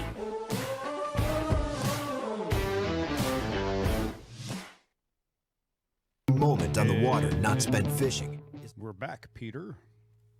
Well, hey, welcome back, everybody. That was a great segment. Appreciate the boys. I had fun with the battle and learned. How about that sight fishing deal, man? Aggravating the fish the afternoon before. That was crazy talk. I love it when I hear something I haven't heard before. You know. Yeah, that was some gold for our Bass U brethren out there watching. I'm sure they enjoyed it. And it's awesome because who we have here with us now is the Prince of the St. Johns River. Cliff Prince is joining us, and he kicked the boys out, and they're enjoying a fish fry right now. They were starving. They ran out of there so fast. Cliff, are they eating cold fish right now? They are, man. I hadn't finished it by the time they had to come over here and get with you guys. So whose bass did you cook tonight? No, I didn't cook any bass. I caught some saltwater fish this past summer. And that's what we were eating. Nice. That's awesome. I've told this story before, but I had fished one night before a tournament, and it was with Roland Martin, and he filleted the bass that he caught at practice that day, and cooked them up, and we dined on bass the night before the Derby. That's so That's crazy talk.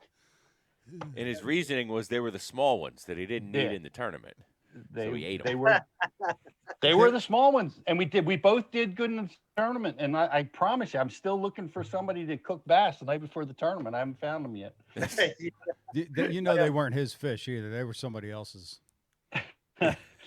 Wait, like he didn't catch them, you mean? No, he was somebody else's spots they were running. Yeah. Oh, you think he was playing defense? Just going and catching them up? I mean, come on. They were somebody else's spot, right? Yeah. Dang right. Came off of Justin Lucas's tomato steaks. Yeah. Or out of the woody hole. I get it. That's the fish I'm eating. Yeah. Well, they're eating grouper. That's awesome. It's great that you're hosting these boys, and I appreciate you coming and hanging out with us. And boy, they told me a disturbing story, and I gotta let you weigh in on it. The grass is gone. What's going on down there at the St. John's? Man, we had a storm probably, I guess it was going on 4 years ago, and it pretty much tore most of it up. And whatever's left, that storm dumped a ton of rain to the south of us. And when it did, the St. John stayed high for 6 months. And when I say high, it was 3 foot higher than a normal tide. Wow.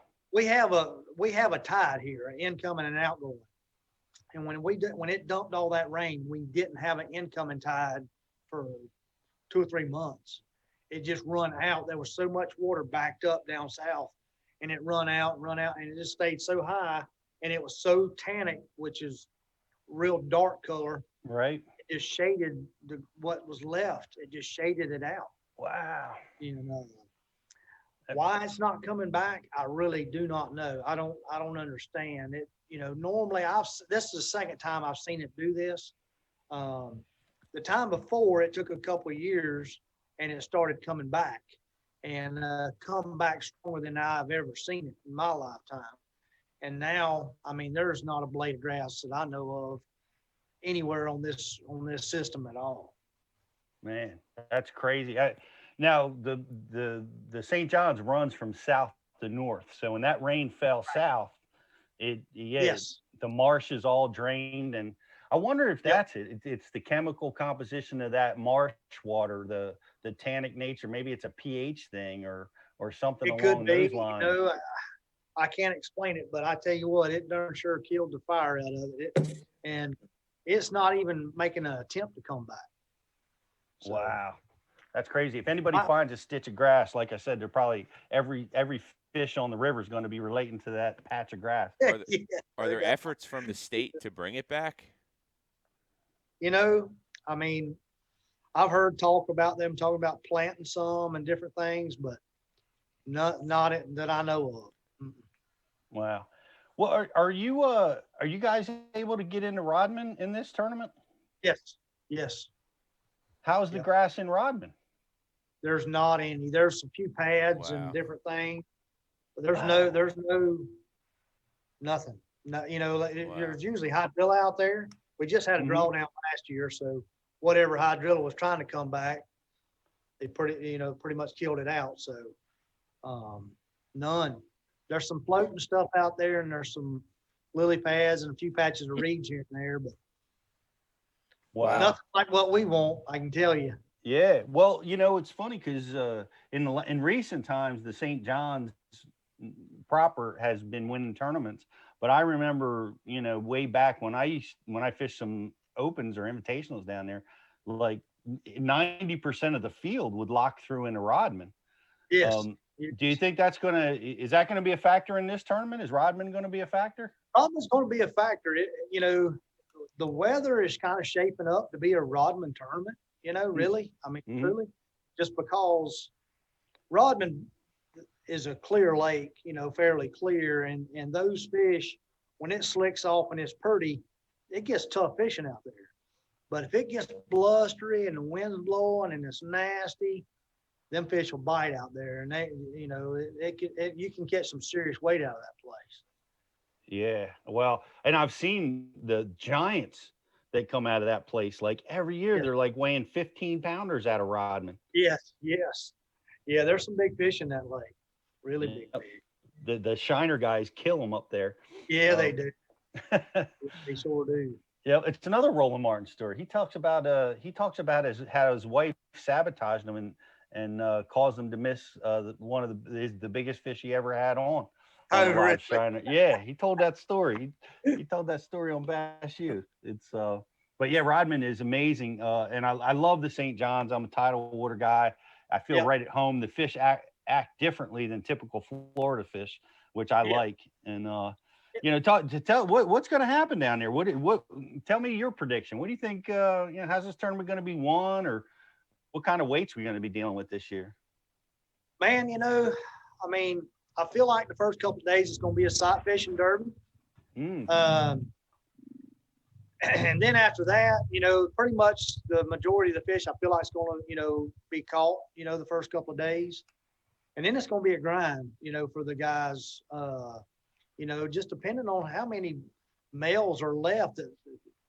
If somebody goes and busts a 30-pound bag, it's going to be hard for a guy just fishing to compete with that. But that being said, I don't think there's that many fish pulled up. But if somebody gets an area to themselves, they can bust a really, a serious bag. And I feel like the guy that's going to win this tournament has no idea what he's on right now. Wow. I feel like it's going to be a guy that went down a stretch and had 2 bites and really don't have anything else. And he's going to pull up there and bust a big sack. Because the weather, the fish are coming that way. The fish are coming, right. And they're going to come for the first 2 days, and then the weather's moving in.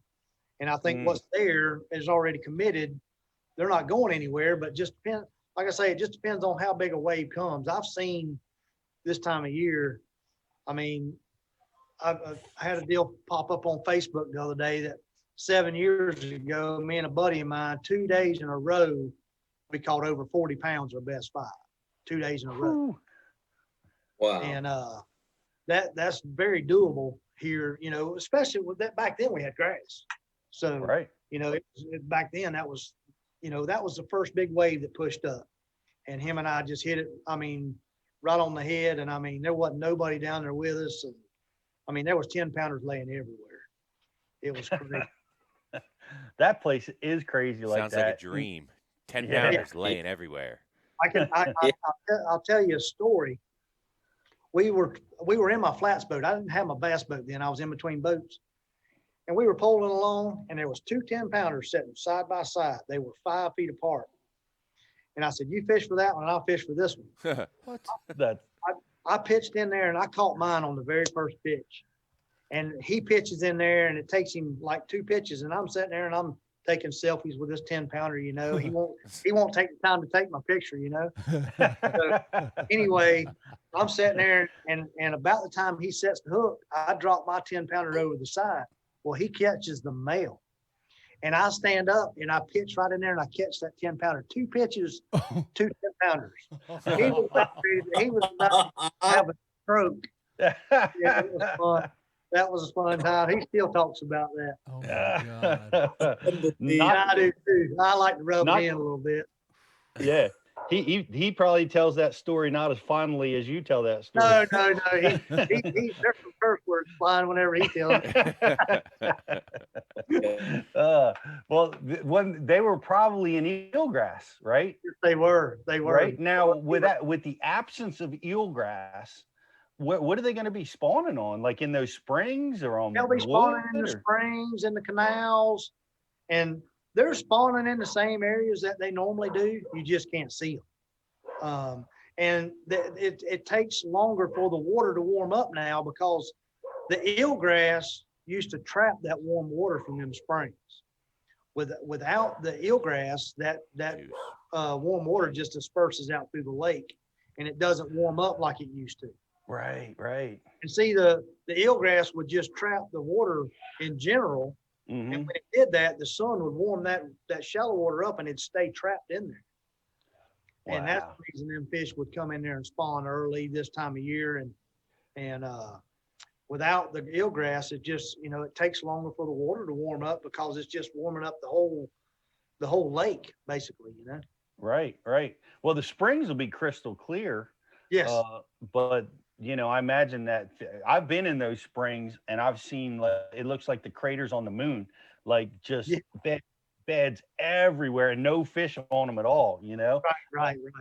A lot of those beds, a lot of those crater beds you see are actually tilapia beds, Mm-hmm. but the flat, just white shiny spots are generally the bass. And they'll spawn right on the edge of those tilapia beds too. They'll get right on the edge of them. Because those tilapia, they'll dish it out. They'll make a big hole. It'll be 2 foot deep. Yeah.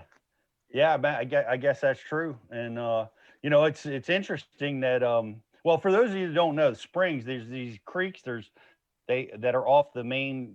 Like I'm thinking of Lake George. These little creeks, and they have springs, and they're warm. They're like 60 plus 72, degrees.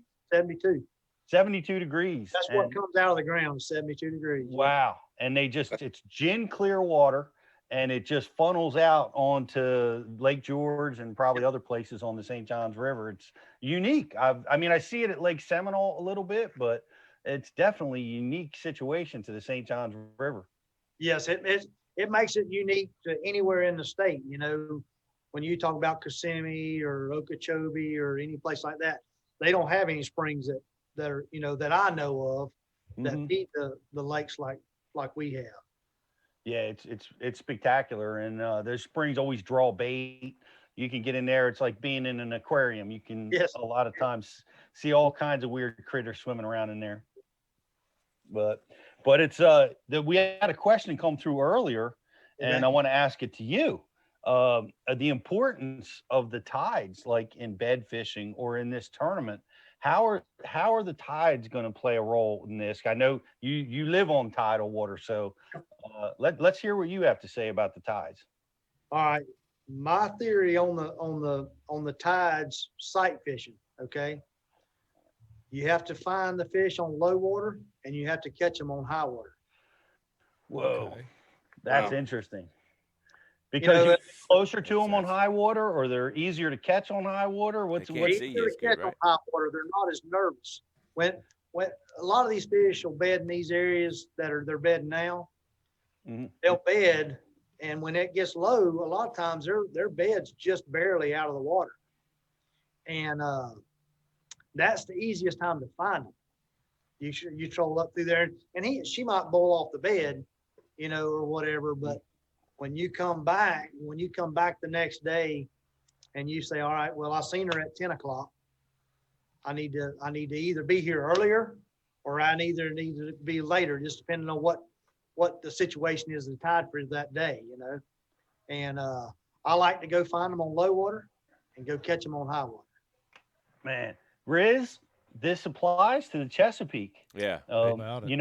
I've seen it a lot of times on low tide. You can be up on those spawning flats and you'll be spooking them. They'll be running out of the way. and they're near their beds, but they're not even on them because the water's too shallow there. That's right. And I've seen fish here, the water be so low that they'll have to turn on their side to get up in the bed. No kidding. Yeah, I've sat there and watched it. Yeah. Wow. And that's with a 1 foot tide swing. Pete, we have a 3 and a 6 on our 2 bodies of water. It's like, but I mean, it makes perfect sense when you think about it, of course they're going to be more comfortable with a little bit more water over their head, right? They can't see you as good. You might not be able to see them as good, but if you know where the bed is. Right. That's interesting you say that, because one of the sneaky tidal water strategies that I have used over the years is that high tide. It's the hardest tide to catch them a lot of times. But you're often going to have access to the biggest fish on the high tide scenario. But that's interesting. It's interesting that you say that. That's amazing. And that's like 2 huge nuggets that we got out of this bedding thing, man. That's crazy. The whole thing is here, our water's dirty enough. You'll throw right by her and won't see her on a high tide. I mean, you can, in a canal situation or even in the lake when we had grass, on a high tide situation, you wouldn't even see her. But when the tide gets low, you can see her from a football field away. Stands out like a sore thumb. So, I mean, that's the way I do it, and that's the way I was taught to do it here. From guys that are really good sight fishermen here. So I got another question now. So say you're in a sight fishing derby in a tidal water situation, and you've got both tide swings in the day. Obviously, you're going to be you're not really sight fishing, like you said, you're bed fishing. Where they are, you found them on high tide, but what are you doing on the low tide swing? Are you trying to find more if you're afforded that opportunity? Are you practicing, or are you just running different patterns? Well, I mean, obviously I'll try to catch them on low water. If some of the fish aren't as spooky as others. You know how fish are. Every one of them's different. Some of them, I mean, even when she's just barely, I've caught them when they're darn fins sticking out of the water. And, but some fish, they won't get on the bed. I mean, and there again, I'm talking about a canal situation where you can't get so far away from them. And they just won't get up there on low water. So I try to find them on low water, and I try to catch them with some water on top of them. I don't necessarily say high water, but when a lot of these fish, like I say, they're bedding right up against the bulkhead, and when you cast in there, they know that that's not normal when it's only 2 inches of water over our back. It just spooks them, and when you get a foot of water on top of them, they're not near as spooky usually, and just a lot easier to catch. Okay. Cliff, let me ask you about this, because this was interesting. I remember in the early part of my career, it's the first time I heard about shell beds being a factor. And it was here on the St. John's, and it was amongst the eelgrass. The shell beds were there amongst the eelgrass. And guys were, on the main river doing stuff like, we didn't even, it was revolutionary to me. I'm like, what the heck is a shell bed, and why are fish using them? Are the shell beds going to be a factor in this tournament? 3 years ago, I would say, yeah. But since side imaging, it's made it tough because everybody can find them now, and everybody knows how to find them. And, 3 years ago, I'd said right now in February, you probably could win this tournament on shell beds, but I don't think you can do it now, just because we have no grass and everybody's fishing them. And these fish are getting really educated. It's kind of like fishing Kentucky Lake. Whenever you say you catch one and the whole school leaves, that's what's happening here. And no kidding. Yeah. It's made it really tough. I mean, the side imaging is a great tool. I use it every day when I'm on the water, and it's made it tough here on the river. Really has. Well, you say you can see those shell beds on your side imaging. Explain that. What does that look like on side imaging? It looks like a brim bed. It looks like a brim bed. Honestly, you know, it looks just like, you know, you've seen brim, how they'll bed in a pocket, you know, the size of your bedroom or whatever, you know. And that's what a shell bed looks like. No And kidding. the size of your boat or the size of the hood of your truck or, you know. And they're what, would they show up as hard, like white, like returns? I mean, it looks like a honeycomb. That's what it looks like on your graph. It looks like a honeycomb. No kidding. Wow. Yep. On side imaging. That's the way. See, like here, most of our shell beds are anywhere from 3 foot to 8 foot. And you set your side imaging up, you know, for 70, 80 foot out each side and basically stay in that range and you'll see them. I mean, it's obvious, you know. Right. And you can cover a lot of ground running idling 4 miles an hour. You can run it, being able to see 70 foot out each side. You can cover a lot of ground. Yeah, no kidding. Well, that's it. That's fascinating. So we're, you know, shell beds probably not going to be a factor in this tournament. One of the things that I remember this time of year is we had schooling taking place. Yes. Like prior to them betting, are they going to be doing that kind of thing down there during this A tournament? little bit, and there again, that's on the shell beds. You know, that's basically where they'll set up and do that at usually. And there has been a little bit, but I think with this weather warming up, I think most of them are kind of in between that, the staging part and moving up to spawn, you know. Right.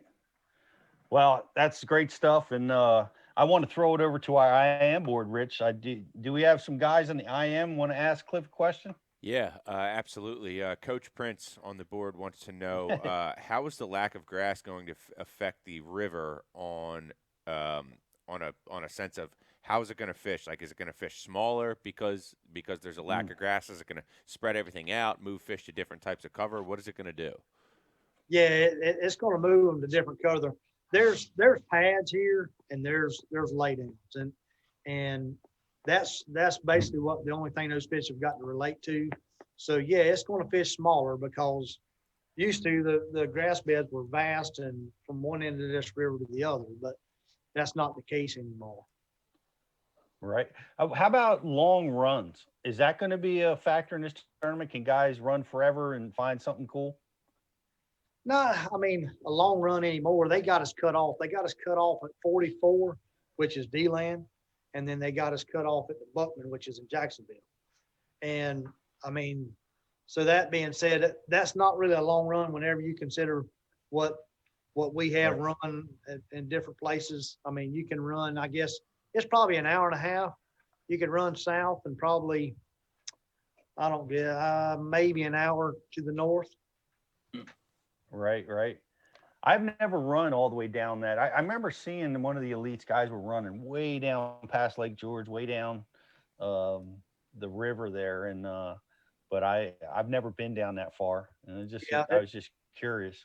How far do the fish get up towards Jacksonville? Well, excuse me? How far do the fish get up towards Jacksonville? Like, because I mean, the salt line has to start influencing it somewhere up there. Like, how far will you catch bass? Like up towards, like, I don't know, like, can you get to like Mayport? Like, how far can you go up? Yeah, there's bass at Mayport. Yeah, for sure. I mean, they have tournaments out up there, and most of the guys obviously run down this way, but there's still bass in the river up there. Yeah, I saw Blaylock boat flip the flounder today. Yeah. Funny. That's awesome. I remember I fished way up in Jacksonville and fishing docks and caught bass way, you know, almost where it's discharging out into the ocean, you know. Yeah. And yeah, it's pretty well. Tell us some other river techniques. What are some of the cool baits and strategies that, you know, that you've learned over the years that work on the river? You know, I mean, obviously here on the river is a Carolina rig. Carolina rig. Oh yeah, Carolina rig. That's surprising. That's old school. That just catches them when it gets tough. That's what we rely on here. And Carolina rig, you know, a 7A bomber's hard to beat on this river. A lipless, you know, whatever kind of lipless you like to throw, that's, and a spinner bait and a chatter bait. You got those 5 baits there, you're pretty much covered. Carolina, well, I've got to go back to this. Like, what are you throwing that on? The shell beds or what do we? Shell beds, points, drops, you know, current breaks. Yeah. Yep. And there's sandbars out there. Those fish get on sandbars and different things like that. Yep. I got you. What's on the back of your Carolina rig? Just a finesse worm, a 4-inch tap out, or, you know, Zoom makes the little finesse worm. You know, that's what everybody throws around here. Wow. I thought you were going to say like, you know, 15-inch gambler, you know, auger tail style. No, we have shrimp coming this river, and I think that's pretty much what they're shrimp soup. You know, yeah. Wow. That's intriguing. And 7A bomber. Yeah, we have to deduct points for you saying that. We prefer you catching them on a DT series. Yeah, I hear you. I ain't heard about the bomber in a while, man. Yeah. Yeah, that's old. It's all old school, man. I'm old. That's pretty cool though, that 7A is are you using the new ones off the package, old ones you know, is there a difference? Man, the old school bombers, I mean, I was sponsored by them at one time, so I stocked up on them pretty good. And yeah, Practical fires everybody. I know. Hold on, go ahead, Pete. You got the floor. They are. Count me in that group. Count me in that group. Yeah, I feel your pain. Yeah, but that's pretty cool though. The 7A. I hear that a lot of guys still are using that crankbait, and I learned it'll catch them, man. It on this river. I don't know what it is. This time of year, right on through summer. I mean, they just eat it. Nice. Yeah. I got a question, Pete. I gotta butt in here. Come on. I've had one experience on the St. John's. Caught a couple really big ones in the regional down there a few years ago. Had a blast, man. But it was getting tougher, and I know that there was the presence of shrimp, and it just felt like that presence made things tough. Oh yeah, because they're eating shrimp is what I learned. How? I mean, can you throw saltwater shrimp lures at them? Like, tell me, like, can you catch them on DOAs and stuff like that? I've spent a load of money buying all these shrimp looking bait, and I can't get them to eat them. I don't know. I've thrown. They make some. Live Target makes some. I mean, looks just. I mean, you would eat it if you know. Yeah. But I don't know. I can't get them to eat it. I mean, the only thing I can get them to eat is a jerkbait or a spook whenever they're feeding on the shrimp. I mean, that's okay. Yeah. So you go to reaction baits when they're on the shrimp. You haven't even gone to. I mean, you said the finesse worm on the Carolina rig and that kind of. Yeah, I mean, when they're on the bottom and they're not, you know, actively busting and stuff like that, that's what I'll drag a Carolina rig through. Okay. But when they're actively feeding and they're up off the bottom, I'll use a jerkbait or and if they're actually busting a spook, you usually catch them. Spook. Okay. Yeah. It's interesting. I've down in the Mobile Delta is the only really time I can remember fishing around shrimp, and it's really unique. They skitter across the surface like shad do. Yeah. Right. I mean, you pull up on them and they just and you're like, oh man, look at all the bait fish here, and then you get up on them and they're shrimp. It's well, what color are they? Like I've always imagined they got pink in them or something, and everybody's telling me throw a red bug worm, this and that. Like, can you throw a pink topwater bait at them? Yeah, I guess you could. I mean, those shrimp change colors when they come in. They're kind of like almost like a clear color. Yeah. And they start turning brown, and then by the time they turn around to leave, they're like a pinkish red color. That, you know, their tentacles and their tails and stuff like that, their legs and all that, they'll get like a red pink color to them. And wow. Yeah, it's go through there with a dip net. Yeah, be eating good. Yes, sir. Very good. They turn that same reddish color when the water starts boiling. Yeah. And, you know, Hey, Cliff, That's right. Pete G on the message board wants to know what color Senko you throw when they're on that shrimp pattern. Well, I mean, I guess you'd have to throw a red bug colored, you know, or like a green pumpkin. We throw a green pumpkin or a gourd green color, works good sometimes. I got you. Shrimp in the river, yep. Scrimping. Well, I'm gonna out my boater what he did. It got down to low tide. We were flipping. It was like when the tide was moving, you had to flip something with some weight behind it. It was post frontal, so we couldn't catch them on all that fun stuff. And man, it got down to that slack tide where it was turning, and it just felt like they just got in a worse mood. And my boater was like, "Man, these shrimp get these things in such a bad mood." He knew a lot more than I did about it, and he pulled out a Senko, Brian, and he used watermelon red and kind of crushed it up so it looked all dull and nasty, and skipped it up under dock and caught a 5-pounder. Yeah. So, I mean, that's like the most am I overthinking this? Is this really a shrimp deal? yeah. Yeah.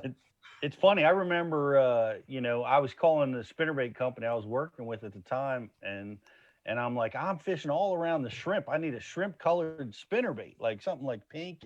And that's what they told me. They only turn pink when you cook them, and, but that being said, I put on that pink skirt and oh my gosh, did they eat that Wait, spinnerbait, man. Are you serious? Yeah. Not on the spinnerbait. During the Brian. tournament or when we went out to dinner? Yeah. Well, in my room. Okay. That later that Ordered night. a pizza, put on that pink skirt. Let's go. Rich, questions? Yeah. Yeah. We got questions. All right. Okay. Let's send it. Let's see who's on the IM board, Rich. So Jordan Yates wants to know, as an angler, Cliff Prince, living down on the St. Johns River, dealing with sight fishing quite often, what's your go-to lens color when you're fishing for bedding bass, and do you change lens colors for different conditions? Yeah, I've been wanting to hear this tonight when guys were talking bedding fish earlier. I wanted to talk about polarized, but Jordan Yates? Jordan Yates just won himself a Gills Gear $25 gift card for Yeah. that question. Congratulations, Jordan. We're going to need your email, but let's hear it. I am a sunrise guy. And when I say sunrise, it's a yellow lens. I use it pretty much all the time. It's the lightest lens that Costa makes. And it's a yellow, which is basically they made it for low light conditions. And I use it bright sunny days or low light just because my eyesight's not as good as it used to be. And you feel me? Yeah, I'm with you. I got them all over my desk. That's right. But yeah, the yellow sunrise is my favorite. Just all I want something to cut the glare off the water. And that's the lightest lens color and they make bronze, and they make, if it's a real highlight, a lot of bright sun, you might want to go to a bronze, but I rarely do. I use a yellow all the time. Yeah, I like it. That definitely gives you additional, penetration through the water. Yep. It's no matter, especially that tannic water. Yes, that's what I'm getting at. We don't have clear water here other than in the springs. And you don't want any, I don't personally, I don't want anything that darkens, has any dark to it. I want to brighten it up as much as I can. Yeah. And that's the reason I use a sunrise. Right. Or otherwise you see things that aren't there. Like when I'm out fishing with JK and he claims to see perch in the grass that aren't there, Yeah. Pete, don't go looking for the sight bite, brother. I can't even read my cell phone anymore. So yeah, my sight fishing days are over, dude. I'm ready for a bobber and a shiner. I'm sure Cliff has a few good holes for you down there on the St. John's. Probably catch yourself a good one. That's where I'm heading. Riz, talk to me. Who else is on the IM board? Alex N. Fishing. Shout out to our new intern, Alex Nair. He wants to know what would be the best tip you could give somebody to improve their overall efficiency when sight fishing?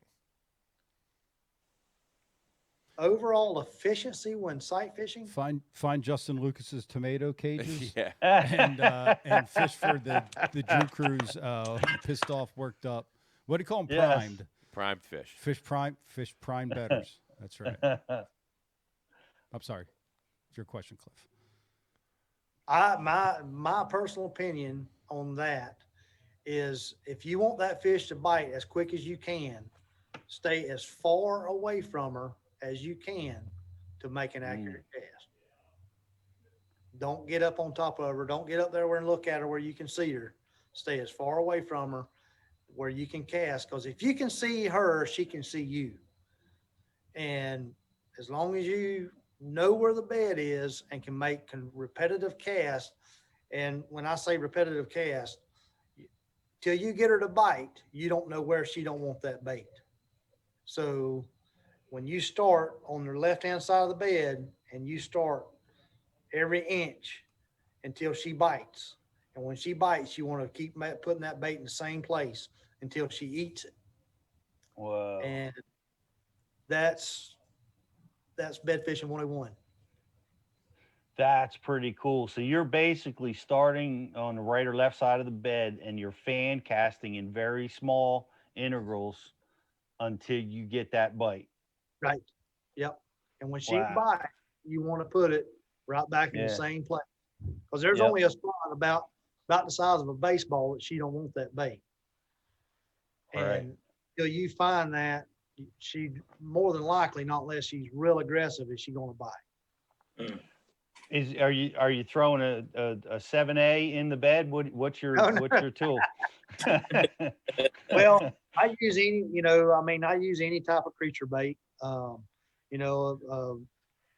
crawl, anything that depends on what your forage is in that lake. If you got crawfish or you got salamanders or whatever, you want to imitate whatever that you feel like the fish doesn't want. It may be a brim, so that'd be a beaver style bait. So just whatever you think that's in the area that fish doesn't want in the bed.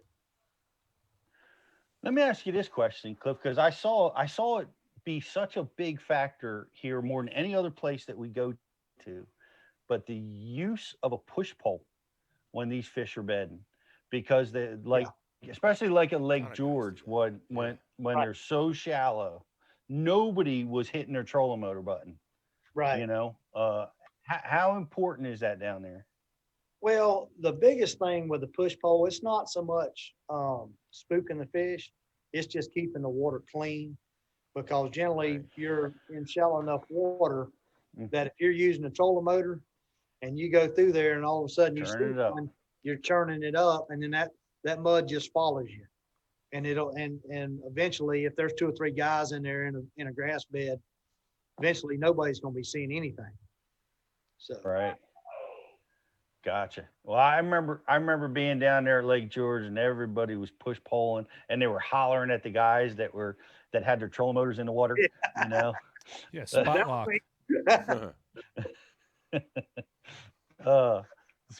No spot lock. No spot lock on the shallow flats, grass man. beds. Right. Well, we got some trivia questions. You got a trivia question, BTC? We do. We got a question that we're going to go to for the. Sorry, I just took your question, by the way. You said BTC, and I just hopped right in there.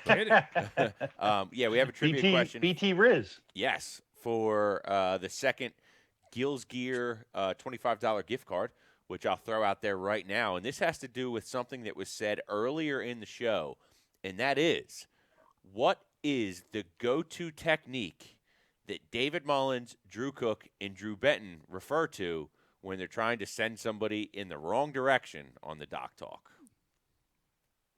Wow. That is for the message board. Let's see who can come up with the go-to technique that they use to send somebody in the wrong direction. Disinformation.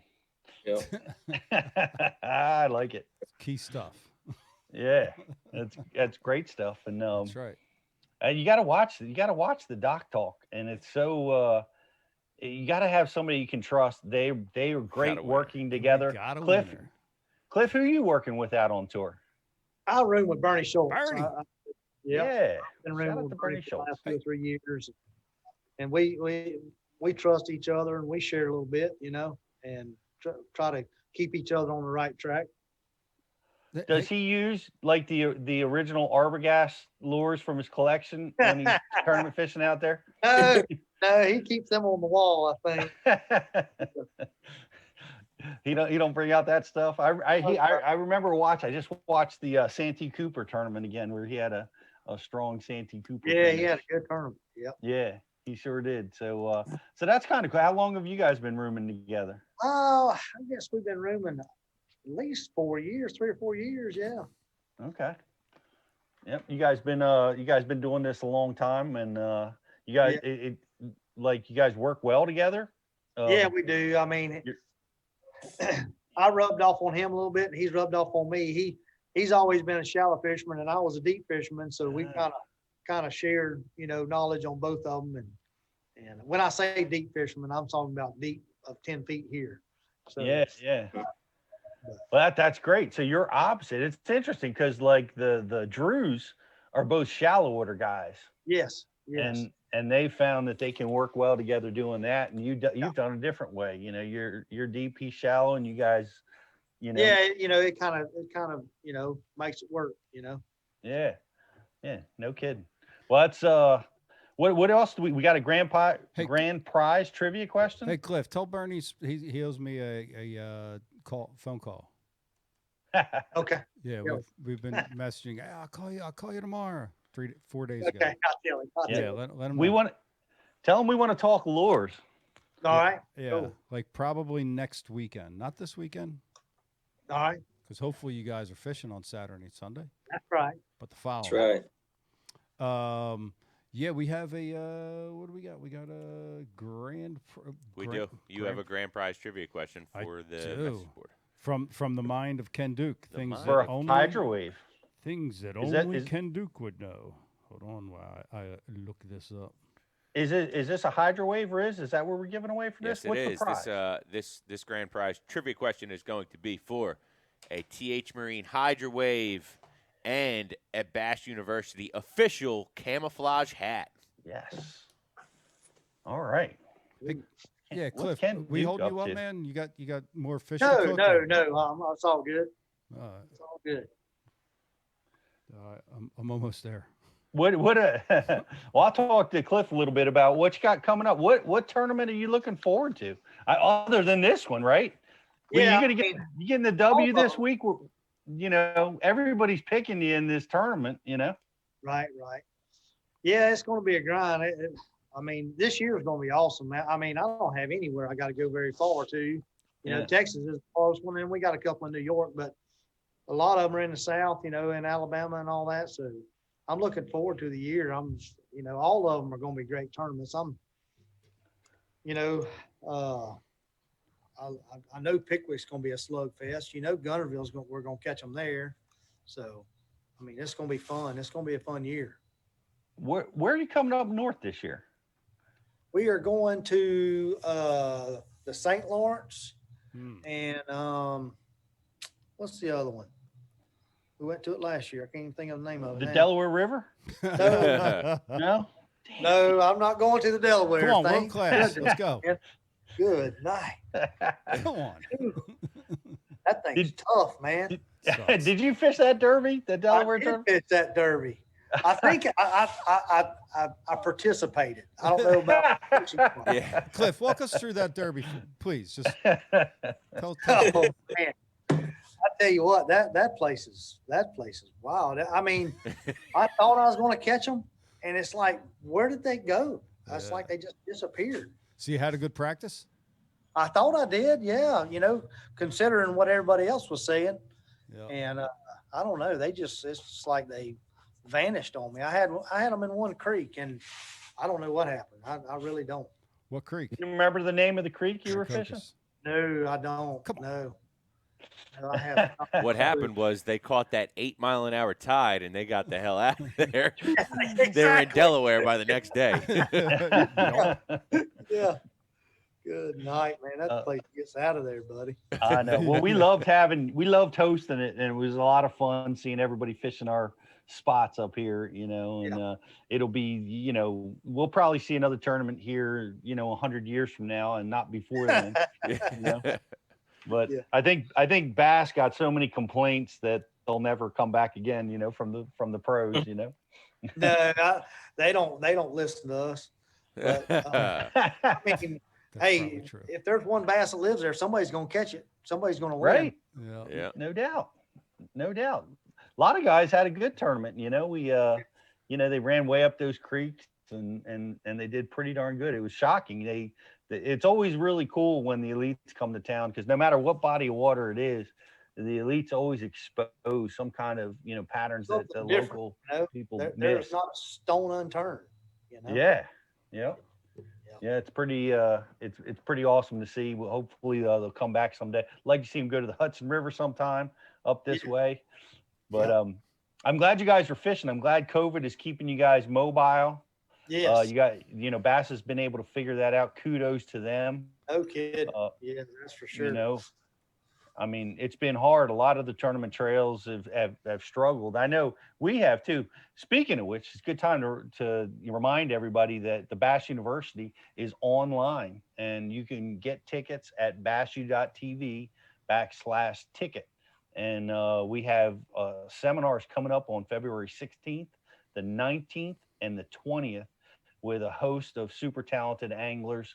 Some of our best teaching about the things that they're really good at, and you can get see all the details right there. And we also have going on right now is our Super Bowl. Well, we can't say that word. We're supposed to say the big game. So extract that word from my dialogue. But we got 20% off for annual subscribers right now at bassu.tv. So if you haven't subscribed yet, get over there. We have the best anglers in the world teaching about what they're really good at in our Bass University method of teaching, which is second to none. And that's going on right now. And BTC, have you found your question? Or are you still looking? Yep. From the mind of Ken Duke, who is the most recent angler to hit 1 million in career earnings with BASS? Wow. That's really hard to find. Good job, Ken. Ken Duke. Yep. I'm going to say Bernie just passed that mark, but I don't know if anybody since then has passed that. So we apologize, Ken, if Bernie is the answer to this question. Bernie is not the answer to this question, thankfully. We have a lot of questions flying through here. Yeah. Wow. I'm intrigued. And this is a guy I've been chatting with a lot recently. I'm looking to book for an upcoming Bass U Live show. Okay, just broke $1 million in earnings, and that's it's quite an accomplishment. There's a lot more. I remember back in the day, millionaires were like, it was a huge deal. Now there are so many people that have broken the $1 million mark. How many are there, Pete? There's got to be 50. I know. You do? Yeah, that's next week's question. Am I close? Yeah. Okay. Is that just Bassmaster though that is going to be the question, or are we going to talk all tours? Okay. Yeah. Yep. A lot of ways to get a check in fishing outside of bass. Yep. You can get disqualified being a co-angler from Fishing Future Trails, right? Yeah, right. Good Trails grief. described owner's event disguised as trails. Dude, I had totally gotten over that. I hadn't thought about that for a whole week, and now you're getting me sore again. I mean, it's we're good gonna reason. we're gonna be talking about that tomorrow night. I'm going to be on Straycast with Jay Kumar at 7 p.m. Central Time, and we're going to be talking about the state of the sport of fishing, all things bassing. So I want to invite everybody to go over to Straycast and check it out.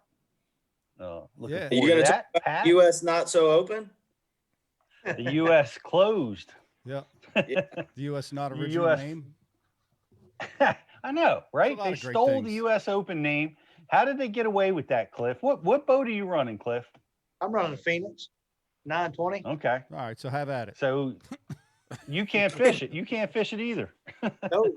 No, I am Are they excluded from that trail. Yeah. Well, are they coming down to Florida? I think they are, right? They're they're coming doing down there somewhere. Okeechobee. There's an Okeechobee tournament for a regional, that is. It's not a trail. But a buddy trail on a high level is sorely needed in bass fishing. Really is. Me And I and was my very partner excited when I heard about this, and very disappointed when I found out it was an owner's event. So, anyhow, hey man, Pete, big announcement from Bass University coming. It's active tomorrow. Is a big discount coming to our subscribers. All subscribers at Bass University will receive a 15% discount at Tackle Warehouse. Boom. What? Really Got a cool. winner. Yep. Month of February. Check it out, guys. It's worth the price of admission. Riz, what's our winner? We have a winner on the message board. Towns on the message board with the correct answer of David Fritz. Congratulations. Hey, Fritz. Towns. Never kidding.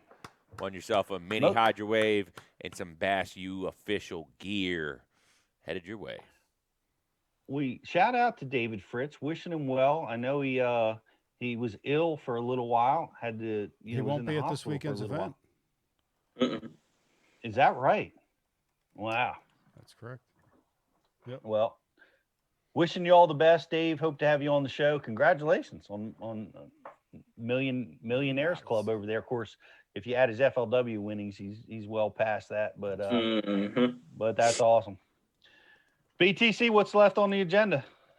Facebook, like and share. Like Let and Cliff share. Go, for crying out loud. He's been hanging out with us forever, and you got a big event coming up. So, Cliff, thanks, buddy. I really appreciate your time. Yeah, thank you so much. Your guests for the last 3 hours. Yeah, I answered and y'all's I'm questions. sure the grouper's cold. You probably had it coming right out of the fryer, though. I did. I was the one cooking, and I was the one sampling as I was cooking. Yeah, there you go. That a boy. Hey, thanks so much. Good luck in this tournament. We'll be pulling for you. We'll all be watching. I'm so psyched the elites are back on the air. We can't wait to watch it. And thanks again, buddy. Tell the boys we said thank you, and we'll catch up with you real soon. All right, man. Yes, Appreciate sir. y'all. All right. You have a good Thanks, night. Cliff. All right. Thank you, Cliff. That was awesome. That was Cliff Prince, the Prince of the St. Johns River. It'd be awesome to see a win from him or any of the guys on the show tonight. That'd be pretty cool.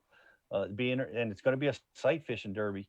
Very interesting. So many interesting sight fishing things that we learned tonight, which is really cool, but none more impressive than harassing those fish the night before the next day of the tournament. God, Yeah. wait. They didn't like, Drew Cook did not like the fact that there's the day between this one because of that too. Yep. And David Sore. Mullins did not like them giving that juice up. Mullins doesn't want to give up any juice. I'm like, man, Mullins, I don't know if bass use for you, bro.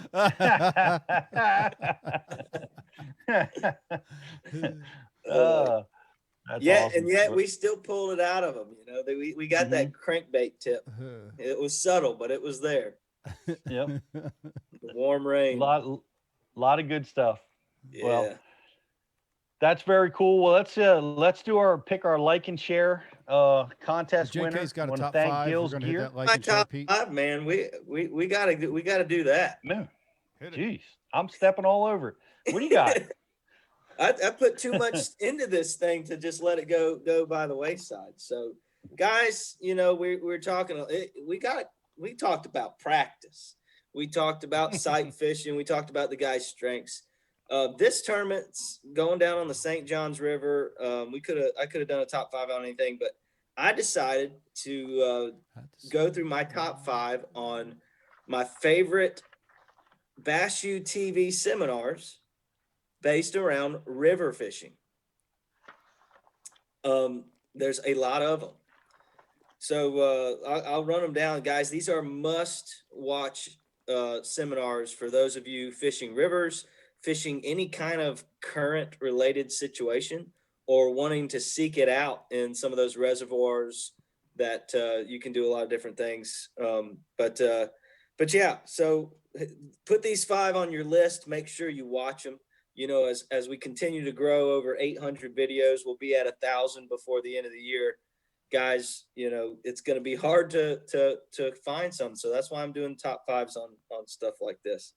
Coming in at number 5, we have Mike McClelland with just a good old title of River Bass Fishing. So Mike's going to walk you through all seasons for river fishing, you know, spring, summer, winter, or fall and winter, through the spawn.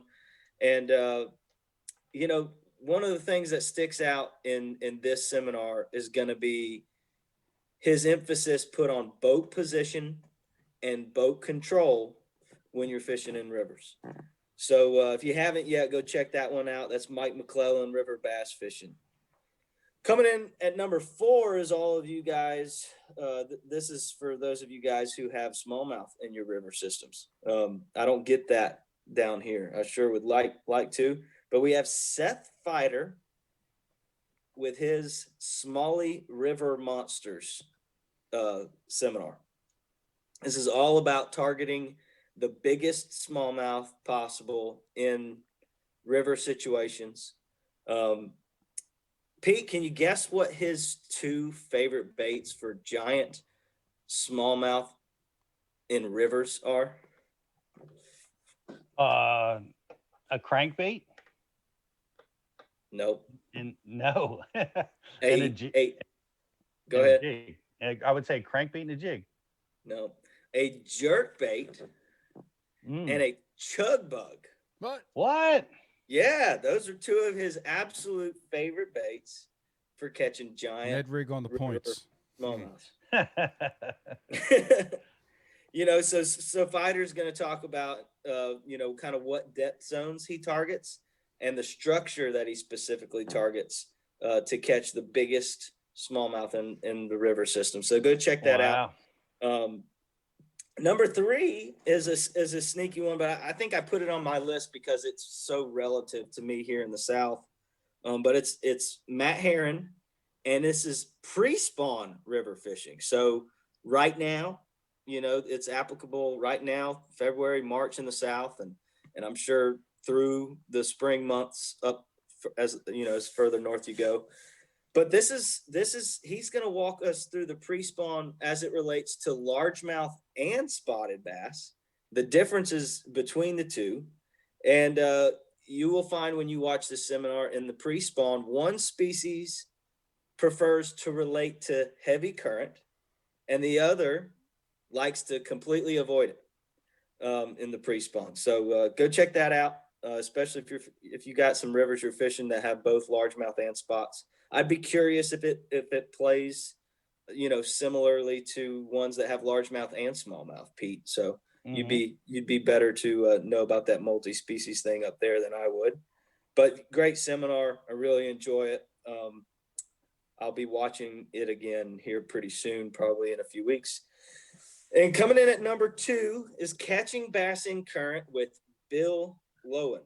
You know, river rat, Ohio river rat. That guy can catch them in current. He seeks it out. One of the things that he's going to emphasize is finding the sweet spot. Finding a sweet spot. Those fish will trigger on a sweet spot. He's going to talk about finding current when there is none. When you don't think it can be found. How to seek it out. Where to go first to find that current.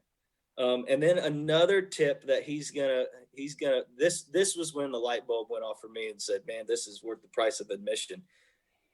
The rate of fall for your presentation based on how much current, you know, the current speed and what kind of rate of fall you're looking for. And it's not always the same, you know, just because you have one speed of current doesn't mean you're going to want that. It's pretty complex, and Bill breaks that down for you in this seminar. It's pretty awesome. And then number 1, how could he not be number 1? I got him to teach this seminar because I thought he was going to win upriver And that year he did win upriver. In fact, I think he's won twice upriver since he did this seminar. But Ott Defoe, all about fishing upriver. You know, Ott, he keeps that tunnel hole boat. They don't let him fish it in the opens anymore. But you know, he got his money's worth out of it. But what I really learned from Ott, not being a big river fisherman, you know, growing up, is how bass position in current. And like the key points that he brings it out. I'm trying not to give like all the juice away because I really want you guys to watch these seminars. They're awesome. But he's going to talk about what determines when a bass will be in the current or out of the current. Like there's different factors there to make them, you know, be in directly in the current and be out of it, and then how to target them. And then there's some really, really strong tips about what he specifically targets during the summertime in this seminar. And that's some really, really solid juice there. So if you haven't checked it out, Ott Defoe, all about fishing upriver, comes in at #1 on my top 5 for fishing rivers on Bass TV.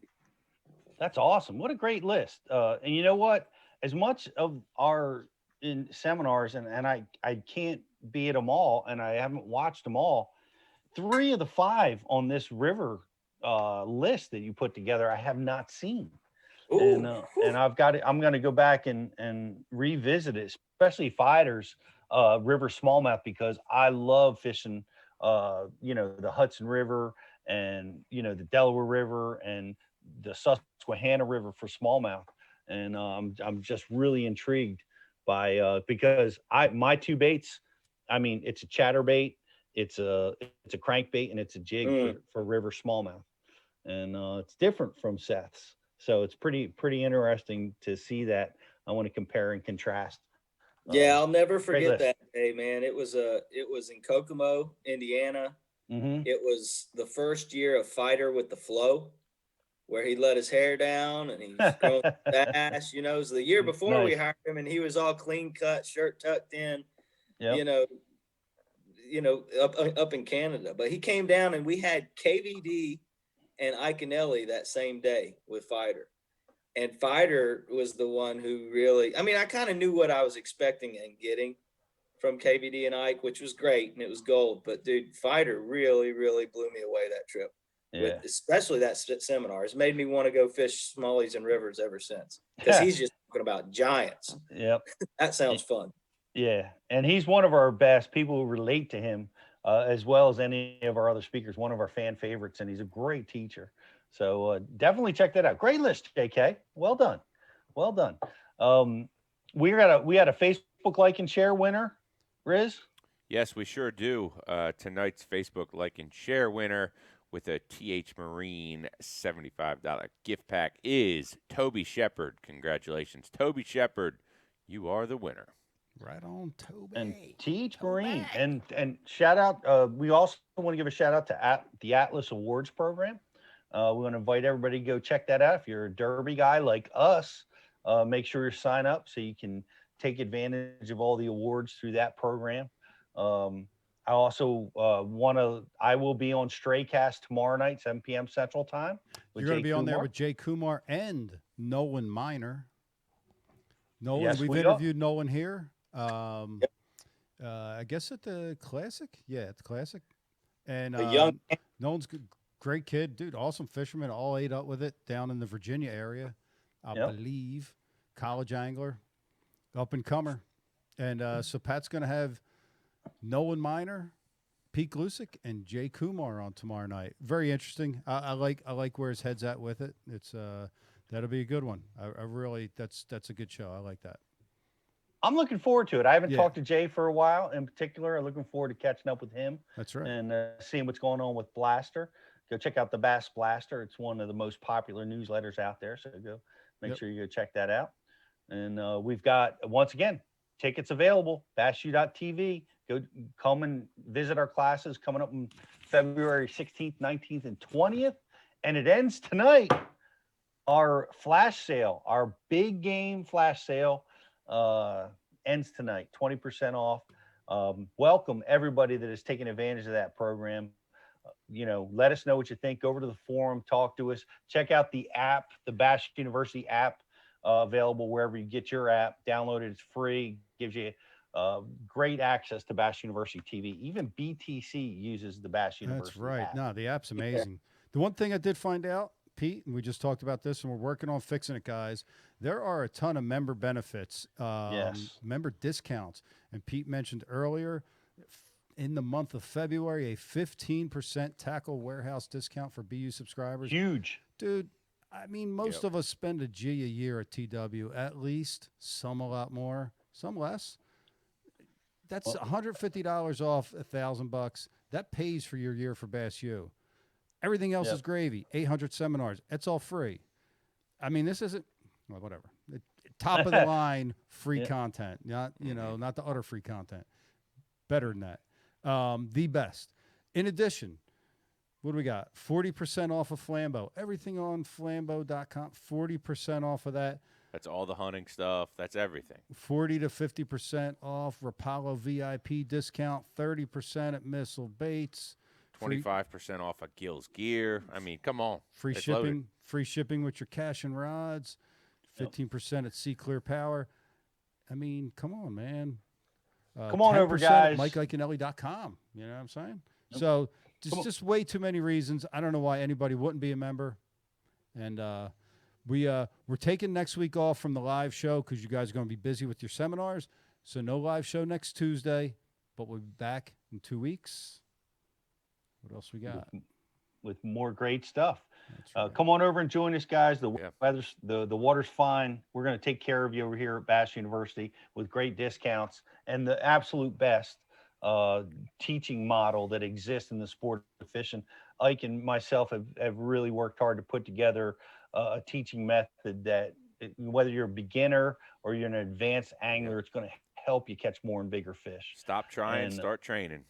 There you go. That's really it. I mean, and now's the time for a lot of guys. It's cold outside, and it's a great time to be learning.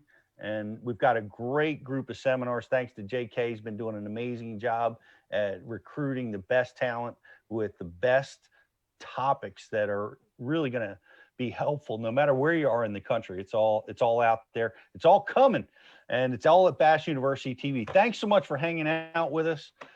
Thanks to the Drews. Yes. Thanks to Mr. Mullins. He's still pissed off about that sight fishing tip that got.